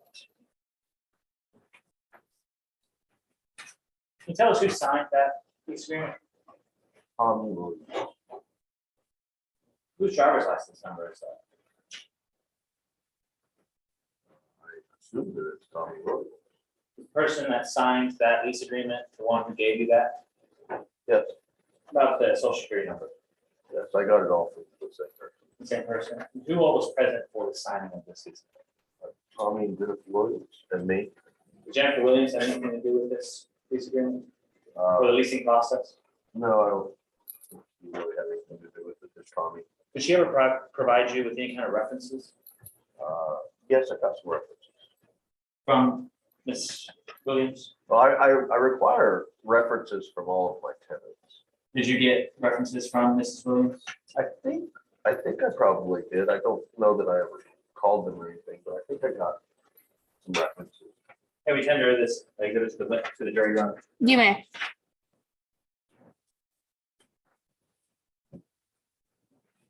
Mr. Risley, can I ask you about July 30th, 2020? Were you present at the apartment complex that day? Yes, I was. I remember that day. What did you see that day? I remember seeing police, and I don't really like police being in my apartment buildings, for that's not happening. And there was Tommy was out there, didn't have a shirt on, was talking to the police. And then I guess at some point they cuffed him. Now, that day, Did a Detective Giddings ever contact you?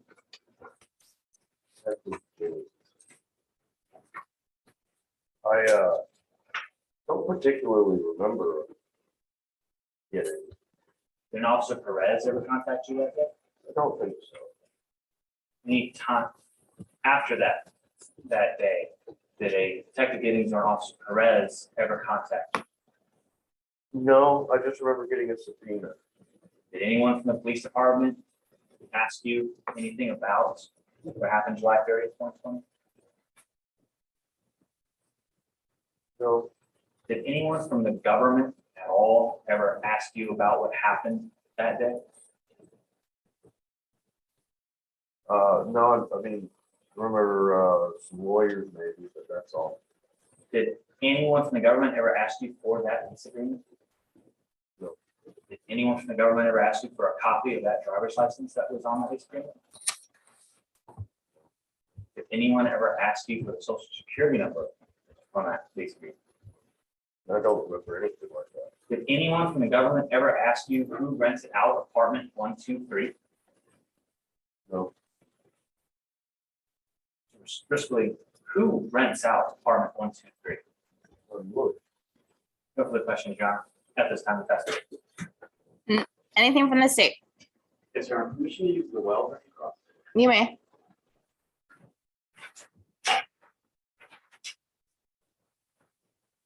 Mr. Rispoli.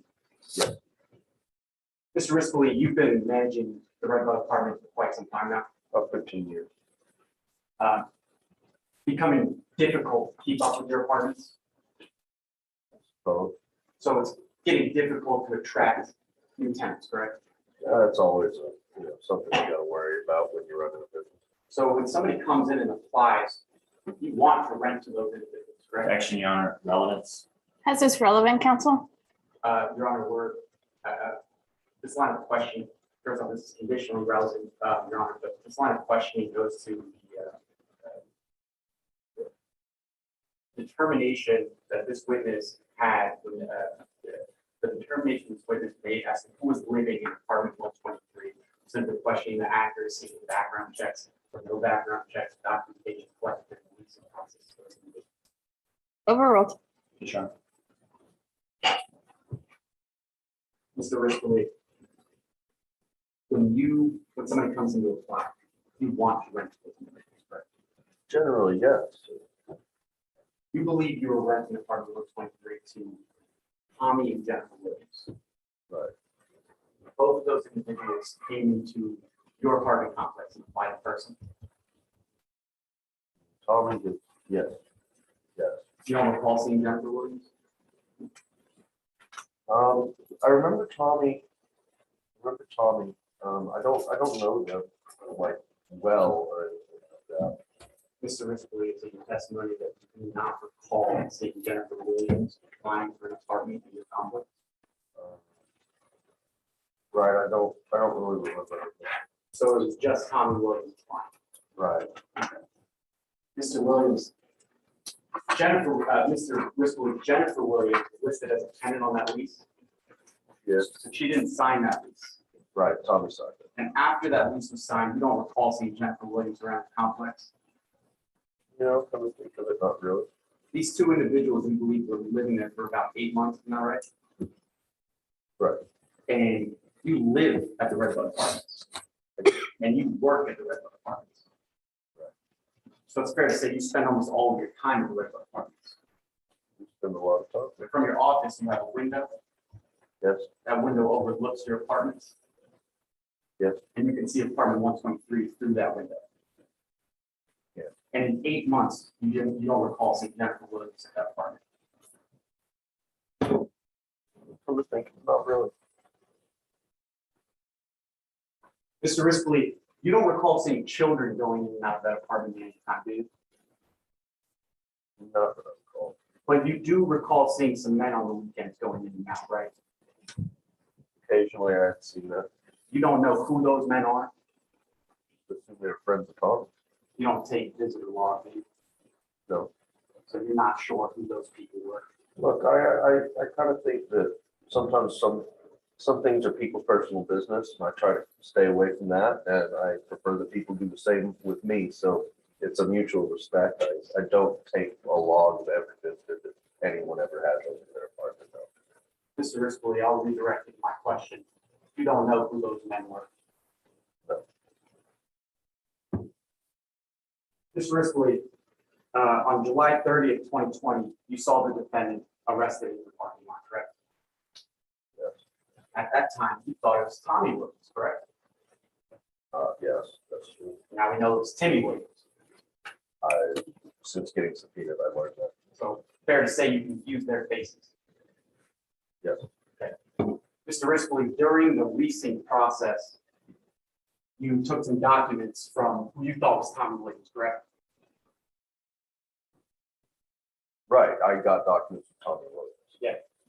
That man called himself Tommy Williams, correct? Right, And that man provided a driver's license that said Tommy Williams. yes, And that man signed a lease as Tommy Williams, correct? Mr. Rispoli, after the defendant was arrested in your parking lot, you stopped receiving rent payments for parking lot, correct? yes, And so you evicted the tenants to the parking lot. after 7 days, that's what all. As part of that process, you got rid of everything in that apartment. Right, I sold what I could.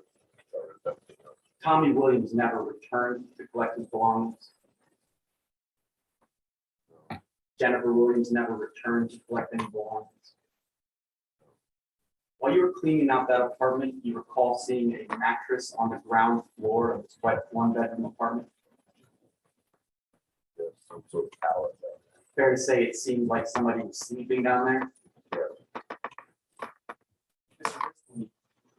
Because you confused Tommy Williams and Timmy Williams' faces, you can't be certain how often Timmy Williams was coming and going from your apartment complex. Yeah, that was not one of them. He could have been one of those men coming and going on weekends. He also could have been there every day, correct? Oh, she could have been there. He could have been sleeping on that bed that was made up on the ground floor. I think he slept in the living room. You think Timmy Williams slept in the living room? Or- That's what he's trying. Anything else from the defense? No redirect, Your Honor, may the witness be excused. You may. Your Honor, the defense rests its case, and may we be heard outside the presence of the jury? Yes, let the record reflect the jury has been excused. Your Honor, we move for a motion for judgment of acquittal. The state has been unable to meet their elements, and no rational jury could find that Mr. Williams is guilty beyond a reasonable doubt. Again, Your Honor, there's been no evidence of intentional or knowledge to possess that cocaine with the intention to deliver it, Your Honor. Therefore, we ask that this motion be granted. Would you like to respond? Yes, Your Honor. Again, as to the possession element, we have heard from Officer Perez. We know the contents of the apartment. We know the defendant was found alone in the apartment.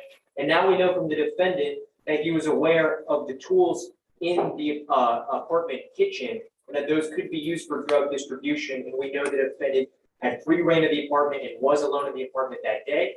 As for intent to deliver, again, I would refer to Detective Giddings. And she testified that all the equipment necessary for that delivery was present in the apartment.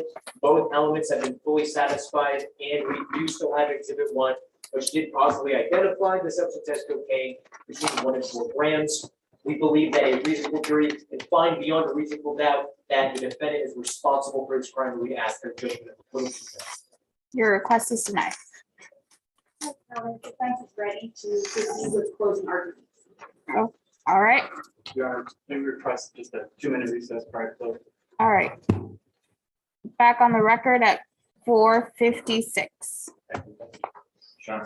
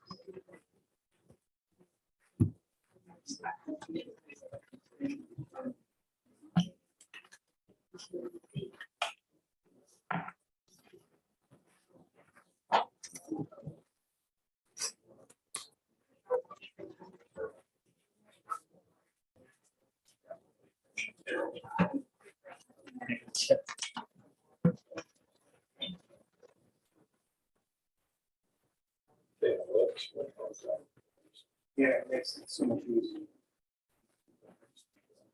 AJ's good.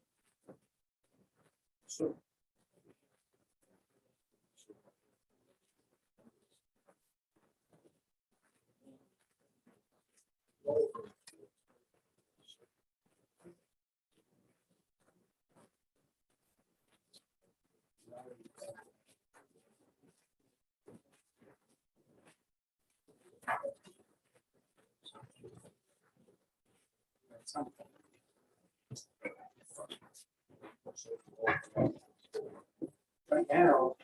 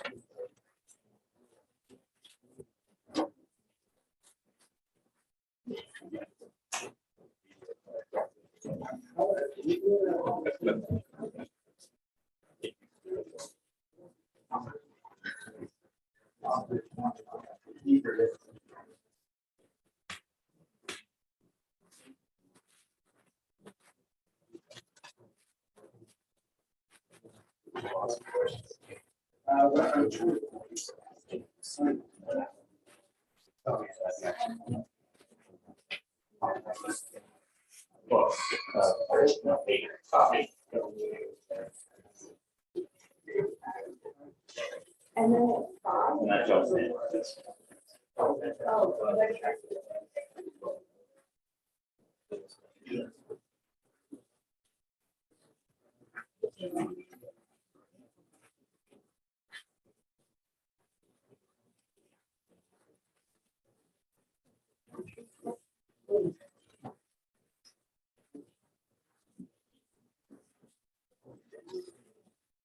Oh, Your Honor, if I may, because both sides have run under 10 minutes, would it be okay if our 10 people would sit in the witness box so that they can notify the closers before the time is up?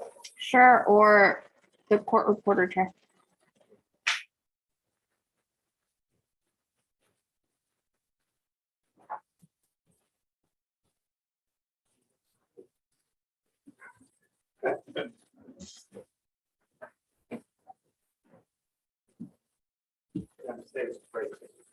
All right, back on the record. You're late.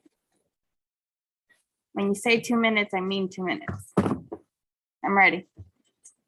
Now, before I proceed, may I request that in any time for rebuttal? You may.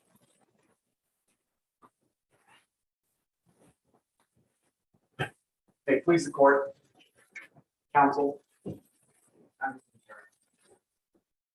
Who wouldn't want a get out of jail free card? In July 2020, when police officers arrived at 202 Redbud Apartment 123, Timmy Williams was found with 2.5 grams of cocaine and all of his supplies for delivering that cocaine right into this community. And instead of accepting the fact that he was caught, he lied. He lied to Officer Perez about who he was, called himself Tommy Williams. He used his brother's driver's license, get out of trouble, handed that to the police, get out of jail free card. Signed a consent form as his brother, another lie. Comes to the jury. The defendant had his brother's license as a get out of jail free card, but on July 30th, 2020, didn't work. Now, as my co-counsel mentioned earlier, we're going to walk through this charge by talking about the 3 different elements: presence, possession, and intent. The Honorable Judge is going to instruct you on the law. Mr. Williams has been charged with possessing between 1 and 4 grams of cocaine with an intent to deliver that cocaine to another individual. And as I walk through each of these elements, I will discuss what those words mean, but just remember that it simply breaks down into presence of the cocaine, possession of the cocaine, and intent to deliver the cocaine. Objection, Your Honor. I apologize. This is a misstatement of the law. It's not presence that was established as element. The element is just possession, which is actual care, custody, control, not just presence, as opposed to counsel has stated 2 times. Sustained. Just rephrase, counsel. Keep going. Your Honor, if I may be heard. Nope.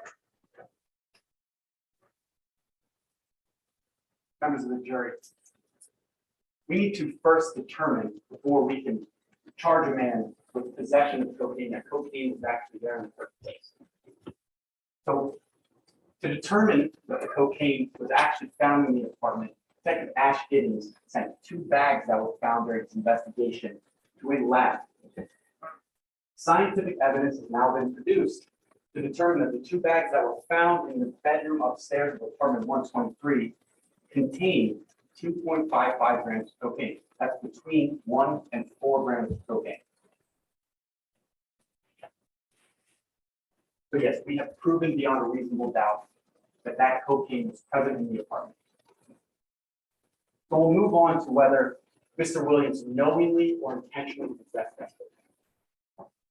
In terms of the jury, that doesn't mean that Mr. Williams had to own the cocaine, but simply that he had actual care, custody, or control of that cocaine. And on this point, members of the jury, I'd like you to recall the testimony from Gene Rispoli. Gene Rispoli is the landlord of apartment 123. He came here and talked about who he thought was renting apartment 123.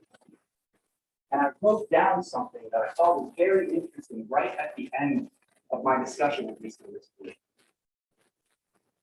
Despite the fact that Tommy Williams' signature was signed on the lease for that apartment, Mr. Rispoli told me he believed that Timmy Williams was sleeping in the living room of that apartment. Why is this important? Well, that's because that get out of jail free card that Mr. Williams provided to the police on July 30, 2020, that wasn't the first time to use that get out of jail free card. As we discussed with Mr. Rispoli, the only way that he confirmed who was renting apartment 123 was by an individual telling them that they were Tommy Williams, an individual providing his driver's license to Tommy Williams, and an individual signing a form with the name Tommy Williams. Members of the jury, I'll have you recall the fact acting testimony and testimony from Officer Perez. When police officers arrived at apartment 123 in July of 2020, Timmy Williams was found in that apartment. He told those officers he was Tommy Williams. He provided the driver's license for Tommy Williams, and he signed a consent to search that apartment as Tommy Williams. The exact same 3 lies that were used to sign the lease. So members of the jury, beyond this point, Timmy Williams was indeed found in apartment 123 in July of 2020. This apartment was 750 square feet. He was found sleeping next to a pile of gram-sized baggies, a scale, and straws. And he was just a staircase away from those 2.5 grams of cocaine that were found upstairs. Members of the jury, again, we didn't have to prove that Timmy Williams actually owned those drugs, simply that he possessed them. He was the only man found in this apartment. The landlord from the apartment doesn't recall another individual who was listed on that lease going in and out of that apartment. He did have actual care, custody, and control of that entire apartment. And by way of extension, everything in it, including those bags of cocaine, including that scale, including those straws, including those little baggies. He did possess those bags. There is no reason for that. But we did need to prove that he intended to deliver those bags to another individual. Members of the jury, that doesn't mean that he needed to make some sort of drugs transaction. No, we didn't need to prove that there was cash found. We didn't need to show that there was some sort of sale going on. Actual or constructive delivery meets this criteria. It meets the burden. Did Timmy Williams intend to actually or constructively deliver those drugs to another individual? And on this point, we heard from Detective Ash Giddings. And Detective Ash Giddings connected the dots for you. He told you that this larger bag right here is representative of what drug dealers get as a large quantity of drugs. A scale is then used to break that larger quantity down into smaller sizes for distribution. Those smaller sizes are scooped into little baggies like these light blue Ziploc baggies here. Detective Ash Giddings, with over a half a decade of experience as a narcotic detective, told us on the stand he had everything to know that there was an intent to deliver the drugs found. Members of the jury, just one more piece of testimony that I'd like to address. Timmy Williams came here today and he took the stand. And while my co-counsel was talking with Mr. Williams, he brought up this picture. And he asked Mr. Williams whether he knew what a scale was used for, whether it could be used for drug distribution. Mr. Williams agreed. But what I thought was really interesting was when Mr. Williams was on the stand and my co-counsel asked, can't these little baggies be used for drug distribution? Mr. Williams says, I don't know what other people use. He doesn't know what other people use to distribute their drugs. He can only know what he uses to distribute his. Members of the jury, yes, he possessed the drugs. But more importantly, he intended to deliver those drugs right into your community. And when police caught him, when police caught his drug visits, he used his brother's name and ID as a get out of jail free card. It worked with the police, but it failed with the police. And now he's here today.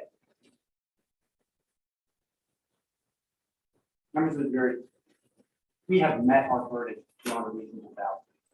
And the defense is going to come up here and they're probably going to suggest to you that Mr. Williams didn't own this apartment, he didn't live there. But remember the testimony that you heard from other individuals that actually lived at that apartment complex. Remember the landlord. It would be great to have a get out of jail free card. Get out of jail free cards do not work when you're caught in your place of business.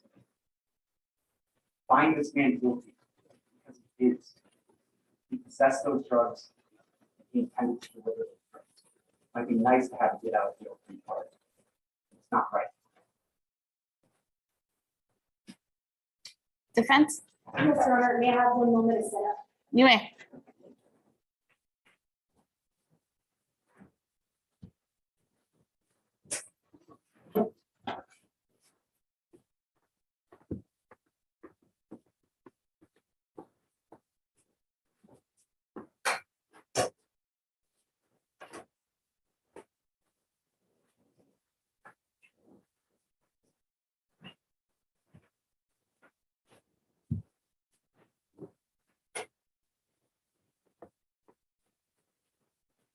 There comes a time when we must choose to do what is right and not what is easy.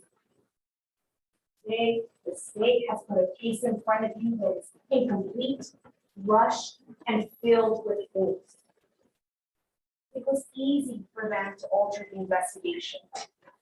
It was easy for them to rush to judgment because they zoomed into one thing and one thing only. 2.55 grams of cocaine. They had tunnel vision.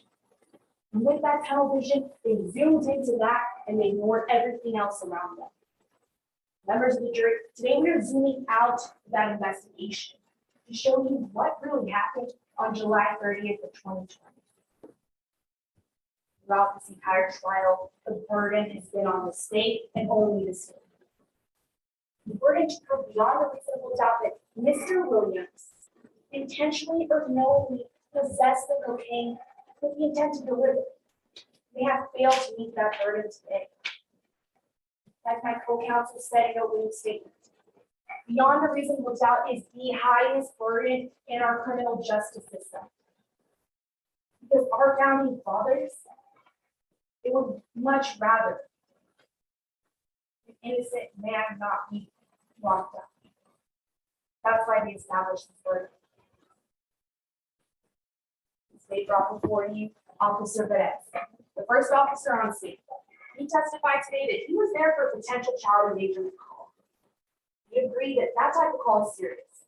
It's an emergency. It requires officers, when they get these types of calls, to immediately go and investigate what's going on. Today, we heard that Officer Perez did the exact opposite. What he did was arrive on scene, wait in his patrol car for backup. And then eventually, when he did knock on that door, he never asked Mr. Williams if there were kids in the apartment. He never asked Mr. Williams if he lived there. No, what he asked for was for an ID. To check for warrants. And when that ID did come back for traffic warrants, Officer Perez didn't even take him in for those warrants. Instead, he gave him the opportunity to he gave Timmy the opportunity to let him search that apartment. He made it very clear to Timmy that he was going to look upstairs and downstairs. He made it very clear to Timmy that his intention was to search that apartment and look around. And Mr. Williams, he still signed that form. He let the officer in. He didn't have to, but he did. We heard today that the officer just went inside, quickly looked around for those kids, and then went directly upstairs. Then when he saw those 2.55 grams of cocaine, that's all he saw. Because he was clouded by his own ambition. Officer Perez didn't see cocaine that day. What he saw was the chance for him to one day get into the narcotics unit. The chance for him to one day leave being a patrol officer behind and move into that unit that deals with narcotics. That's what he saw. And it clouded his judgment. It clouded his investigation. Because after that, the mistakes started pouring in. We heard that Officer Perez failed to follow police procedure, not one but 3 times. Officer Perez saw the cocaine and just grabbed it with his bare hands. He didn't wear gloves. The right thing would have been to grab any evidence with gloves, but the easy thing was just to grab it. But the right thing would have been to not move the evidence. But Officer Perez did what was easy and moved the evidence downstairs. The right thing would have been to photograph evidence exactly where it's found. Because when Officer Perez was questioned about if it was important for the jury to see an actual photograph of the cocaine, he said he didn't know if it was important. We don't have a picture today, members of the jury, that shows the cocaine exactly where it was found, only Officer Perez's testimony. He did what was easy, not what was right. And then we heard from Detective Giddings. Detective Giddings came here today and he admitted, he told you that Officer Perez conducted a thorough investigation, that the failure to follow all these procedures to Detective Giddings was thorough. To Detective Giddings, he said it was clear that Timmy possessed that cocaine because he was the only person in that apartment. That he didn't have to do any fingerprints, that he didn't have to ask anybody, any other witnesses, the landlord, he didn't have to ask anybody who actually lived there, who resided there. Because to Detective Giddings, the narcotics officer, it was clear. Just because Timmy was the only person in that apartment that day. And that's scary. That's scary because what Officer Perez and what Detective Giddings are saying is that if someone is the only person in an apartment, there happens to be cocaine upstairs and they're visiting family, a brother, a twin, but they're automatically in possession of it. Automatically because they're the only person there. That's a failure to investigate. And when the police don't do their job, and the jury's job is not guilty. When the police and detective fail to investigate any further, no fingerprints, no talking to witnesses, when they don't provide that evidence to the jury, that's not beyond a reasonable doubt.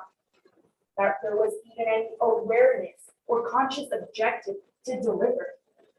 Because as we heard today, Officer Perez was the one that staged that scene. He brought that cocaine and placed it directly on a scale and some baggies that were near a kitchen area. Placed it right there on top. We heard today that there was other space where it could have been done. He could have placed it elsewhere on that table, but he placed it exactly on that scale. He knew that that would fit his case. That would fit his opportunity to one day move into a different unit. We also heard from Mr. Timmy Williams. Timmy Williams didn't have to talk to you. Timmy Williams could have sat there this entire trial, just not said anything. But Timmy wanted to come before you members of the jury, and he wanted to tell you that that cocaine wasn't his. He wanted to tell you that he was visiting his brother that day. He wanted to tell you that that drug paraphernalia wasn't his. But he never signed a lease to that apartment. In fact, he worked on a ranch, which is where he lived. We also heard from Gene Frisco, the landlord of that apartment. We heard today that nobody asked Mr. Riscoli who actually lived there. Nobody, no detective, no police officer. Mr. Riscoli provided us with a lease agreement that we saw today. And that lease agreement showed that Tommy Williams signed that form. Tommy Williams provided his social security number, and Tommy Williams provided his driver's license number. Timmy, that lease was signed in the year 2020 in December. Timmy told us today that he only started carrying his brother's ID because of his probation charge. That's why he lied. He started carrying that ID after his probation charge in 2021. And he also told us today that that conviction from 2006 was 16 years ago, members of the jury. Prosecution still feels the need to bring that up. 16 years ago. You need to do what is right. What is it? The state did what was easy. Members of the jury, today, you're asking me to do what is right. This failure to investigate who actually lived there, this manipulation of the evidence, this, you're the only person in the apartment, so you have to have possession, that's not beyond a reasonable doubt. state has not met the verdict today. We're asking you to do what is right, and when you see this verdict form, we ask that you find Timmy Williams not guilty.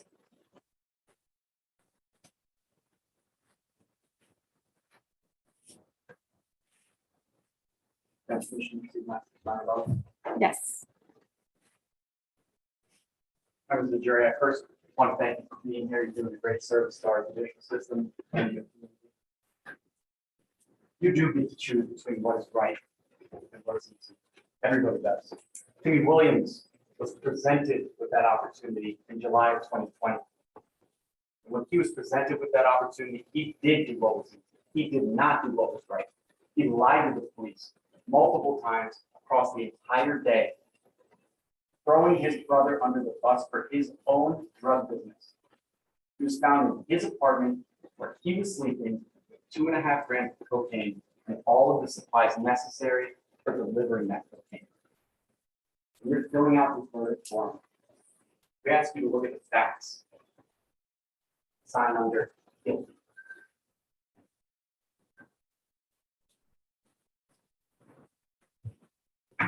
Anything further from either side? No, Your Honor. All right. Jury charge has been submitted to the jury. Court is in recess while they deliberate.